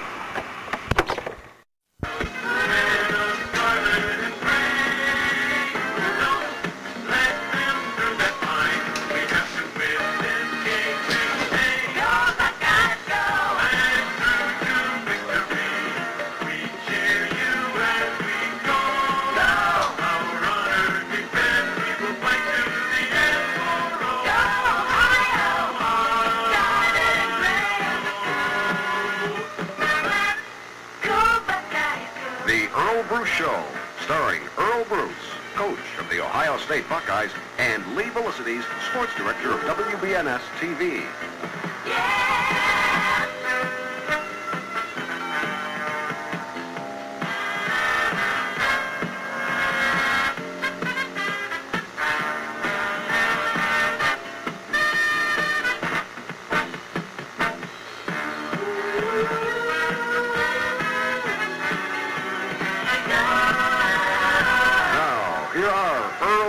Lee.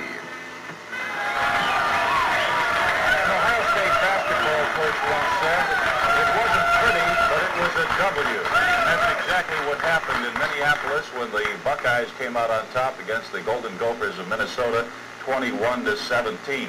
It may not have been pretty, Coach, but it was a W, and that's the important thing, I guess. Well, I think you look at the scoreboard all the time to see the results, and I know that they moved the ball well against us, and especially that first quarter was rather hectic for us, but very pleased that a football team could come back after being down 17-7 at halftime and win the football game. We shut them out the second half. We did everything that was necessary to win the football game.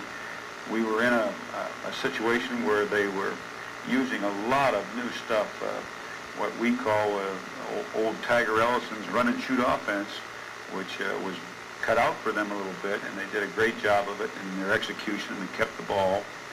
And when we had to, we did score and win the football game. And I thought that's what normally ties a team together, Lee, when they reach a crisis and they react to it. And I just hope that it's an omen for us that we're going to go on to bigger and better things from this football game. Okay, we'll take a look at that football game, Coach, right after this timeout.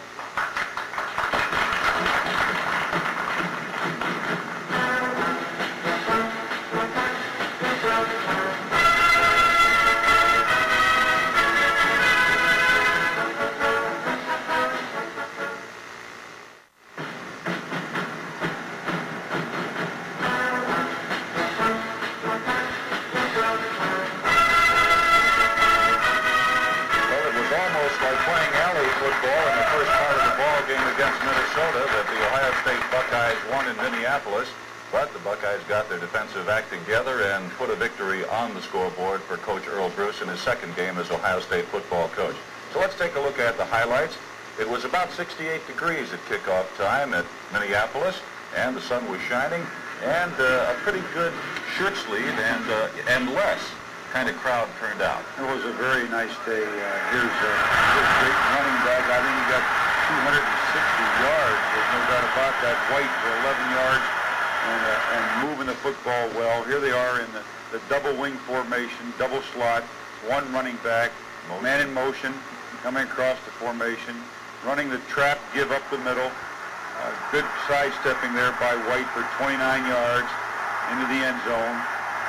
And we really blocked their extra point.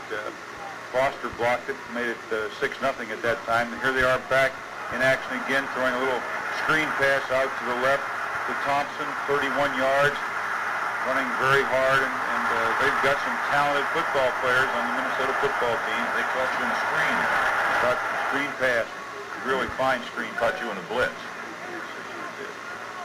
Here they are back to pass again, and then they throw it over again, a nice screen pass, and he gets into the end zone. And makes it 14-0 after a 2-point conversion pass. There's Art for 16 yards on the option play, running up the middle. He has to lower his head, the thing he did. Fine hit by Minnesota, 16 yards.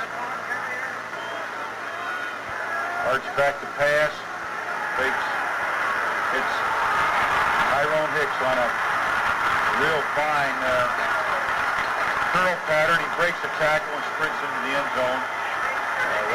He had great hands there and did a fine job. It was one of the key plays in the ball game. This is an outstanding play by safety man Murphy. Gets in the end zone, then jumps on the ball and recovers the fumble. Fine play by Murphy. Similar to the play by Vince Skillings in the Michigan game last year when he made the tackle in the end zone and jumped on the ball. Murphy made an outstanding play right there. That took away some of the momentum from the Golden Gophers. They did manage a Rogan field goal. That's right here, and this is a 39-yard field goal, and that made it 17-7 at the half. That's with 12 seconds to go, Lee. That's when you don't want to give up a score. And just before that, we had a foul tip pass play that set it up. Now here's another important play. Mike Guess ignites the Buckeyes with his punt return. Return has been very fine. Mike catches on a dead run and gets in the alley and starts making his move. Fine return. Had 3 returns for the day for 74 yards. Fine effort out of Mike Guess. Motion. Al Taylor back. Down and out pattern to Gary Williams for 18 yards and a first down. Cal Murray on the draw play. Good lead, 13 yards, first down. Murray goes over for the touchdown, making it 17-13.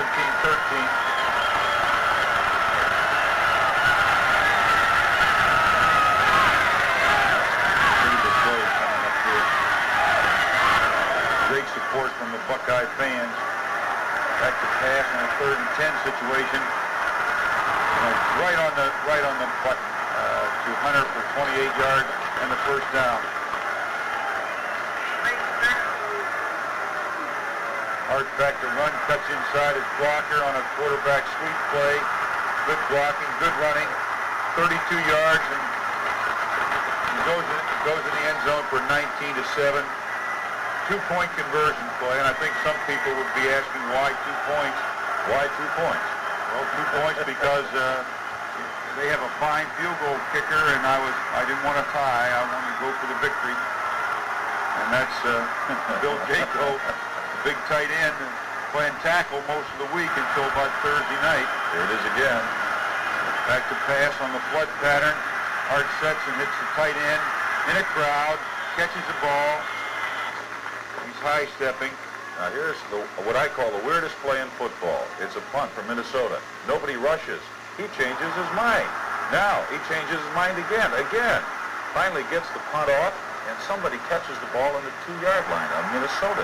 Yes, and I tell you what, that's a rule, whereas if you don't have someone in the receiving area, and they have the right to catch the ball also.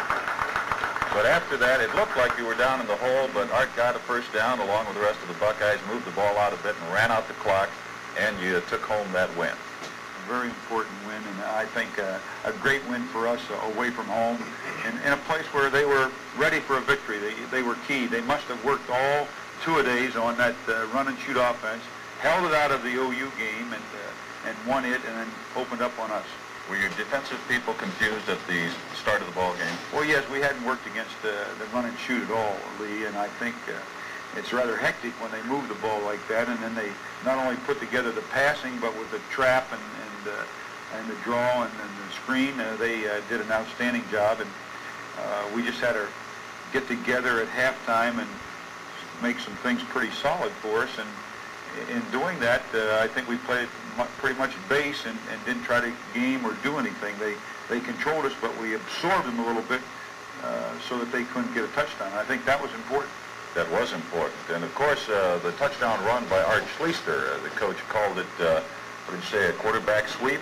Let's take a look at that on the diagram board, Coach. Well, we went into an overshifted slot formation, which they adjusted to by going to a different kind of coverage with the rover corner and safety over, so it made it possible now to sweep back to this side.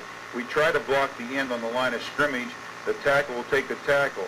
Now the guard has the option to go through and block the linebacker around. On this particular case, he decided to go around.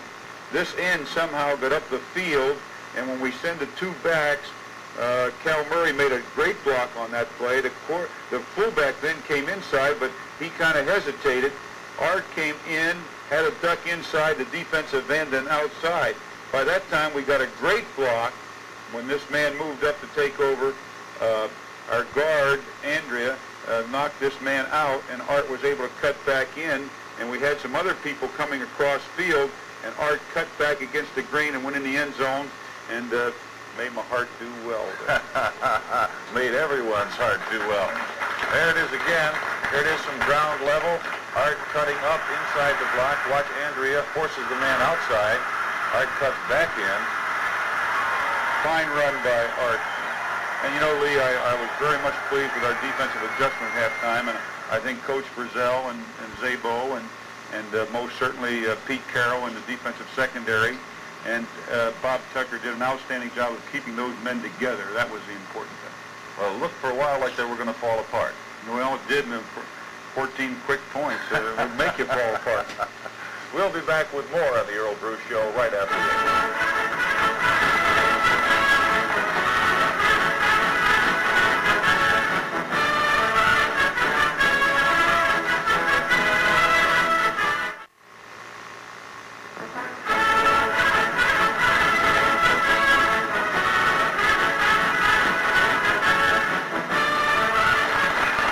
ever there was a game that typified the importance of the kicking game, it was the Ohio State win over Minnesota.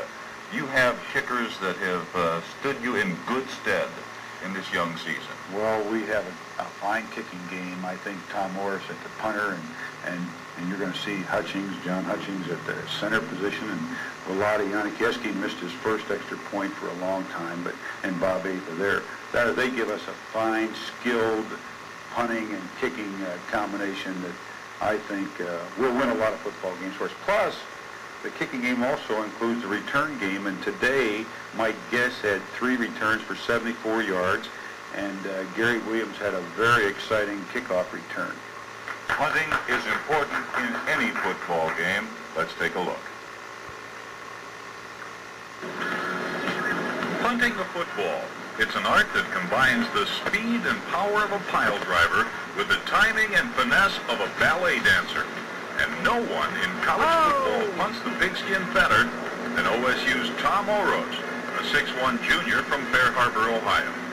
Well, you're supposed to hit it on the outside part of your foot, and the best way to do it is to hold the ball as long as you possibly can, so you minimize the drop of a ball for less chance of error of turning it. And yes, I have practiced a lot. I've been kicking since I was about 7 or 8 years old. Timing up with the center is real important. That's probably the second biggest thing, and after that, it's really not much else to do. You just follow through the ball and hoping it goes far. Against Syracuse, Tom not only banged off a 59-yarder, he averaged better than 42 yards a punt and dropped 2 of them out of bounds inside the 10 to keep the Orange men buried deep in their own territory. I think it's 90% of the drop of the ball. If you hit it right on your foot, it's going to go pretty good. The other important factor in the OSU kicking game is walk-on John Hutchings, a 6-foot center from Fremont Ross who specializes in snapping the ball on all kicks. Well, I got a scholarship this fall. I came here originally as a walk-on in 1976, and I've always wanted to play for Ohio State. It was a dream ever since I was small. The only problem was I stayed small, and I didn't grow as much as all the rest of the guys around here, and I just wanted to find a way to make the team, and I had this specialty, and I worked on it and developed it, and it's my meal ticket now. So with Tom Oros, John Hutchings, Bob Atha, and Vladi Janikieski, the Ohio State kicking game is in good hands. Thank you.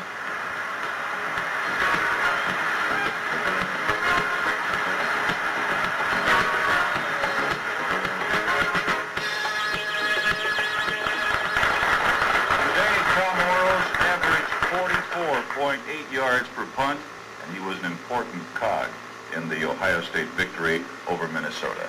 One big punt out of the end zone for 51 yards at the end of the ball game that was really a doozy. Let's take a look at sideliners with a camera of Ron Johnson.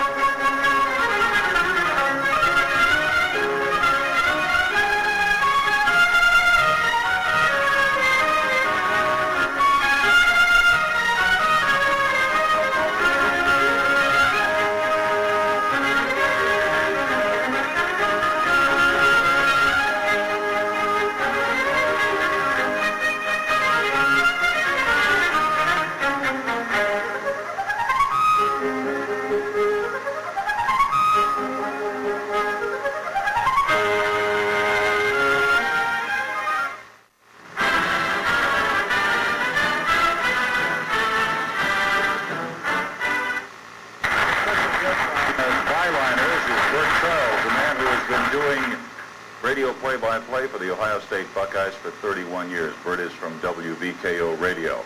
Sitting next to Bert is a fine young punter that we just talked about from Fair Harbor, Ohio, Tom Oros, number 19 for the Buckeyes. The man who did so well returning punts against Minnesota, Mike Guess, a fine defensive back and safety man.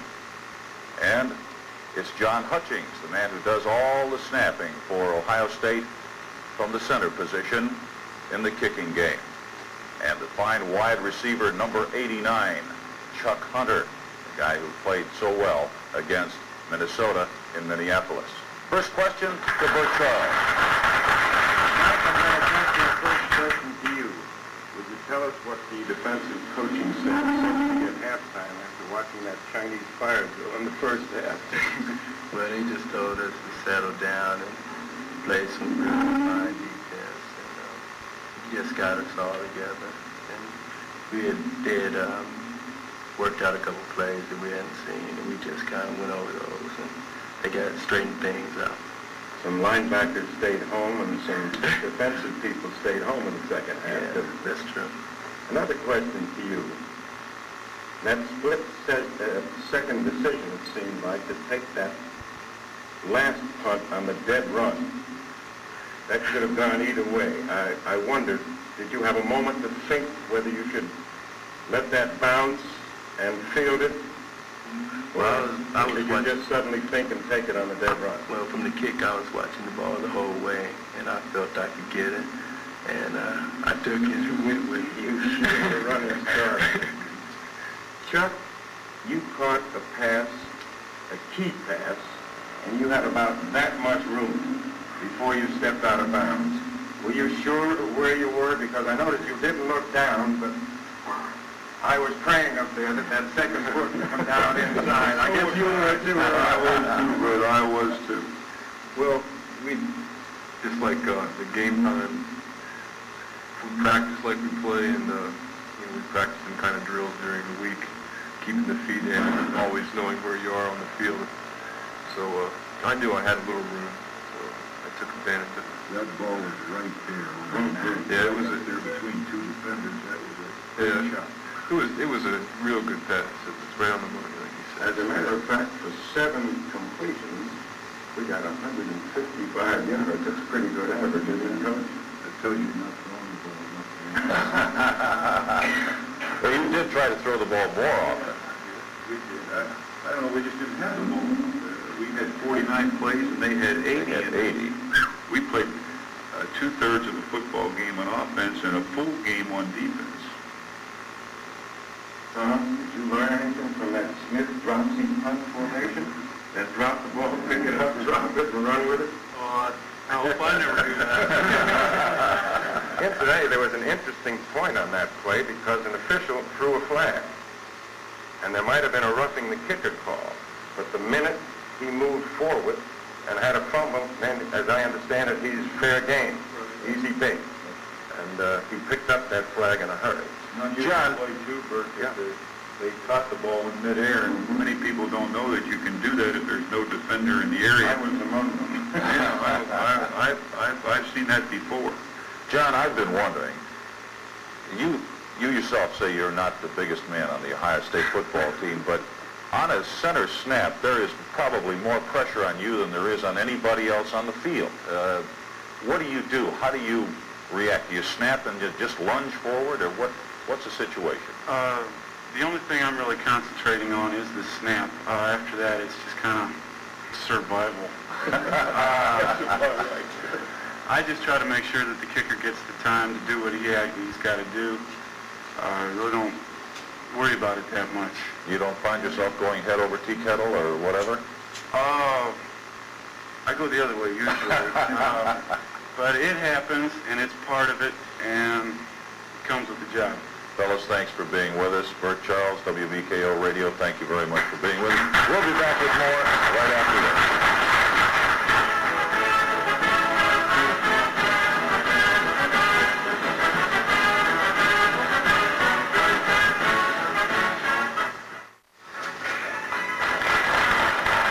Washington State University. In the red uniforms, Callie Ina, the fullback, number 29.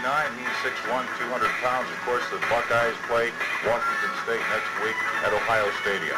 Here's their rollout passing attack, throwing the ball deep down the field. just bobbling through his hands, but most certainly you know that they had some great passing quarterbacks. The passing Samoa played there last year, and now with the Bengals, but here they are back again. They've recruited some real fine passing. Steve Grant, Pat Beach, fine big tight end that catches the ball. Cougar defense back. There's forcing a fumble and recovering the ball down close. An Arizona fumble. Cougar stopping the Wildcats after about a 2-yard gain. Mostly with a 54 defense. Mostly with a under the. Here's the option play. Pitch sweep. They get good yardage right here. Cutting down, fine block. Number 31, Ray Williams, doing the ball carrying. Taliina, huh? Gains 12 yards. Another Samoa. It must be. Tali's big, too. It's not a bad football team. A lot of motion. Oh, they're what we call the veer attack. They are Williams on a short gainer there. Here's Grant passing to Mike Wilson for 12 yards. They are wide open throttle, split backs. Jim Walden, the head football coach. There's the motion, flying, sprint out, dumping the ball off in the flat. Now they come with a screen pass, back to pass, getting good formation there for the screen pass. To Williams for 31 yards. Okay, let's take a quick look at what happened in the Big Ten today. Michigan beat Notre Dame, of course. Were you surprised by that at all? You mean Notre Dame beat Michigan? I'm sorry. Yeah. Notre Dame beat Michigan. 12-10. Notre Dame. See, I picked Michigan, and well, they missed a field goal with 6 seconds to go. They could have won it. They had it blocked, but basically that's the same old struggle between two fine football teams. And Purdue is trailing at the half by a score of 21-14 against UCLA. They're coming back. They were down 21-0, Lee, and they're working their way back. I see. They have a fine quarterback and a fine football team. I guess they were awed a little bit at the beginning of the ball game to give 21 points up. And they haven't played at night in a long time. No, that's right. We'll be back the same spot next week after the Buckeyes play Washington State. That's the Earle Bruce Show for this evening.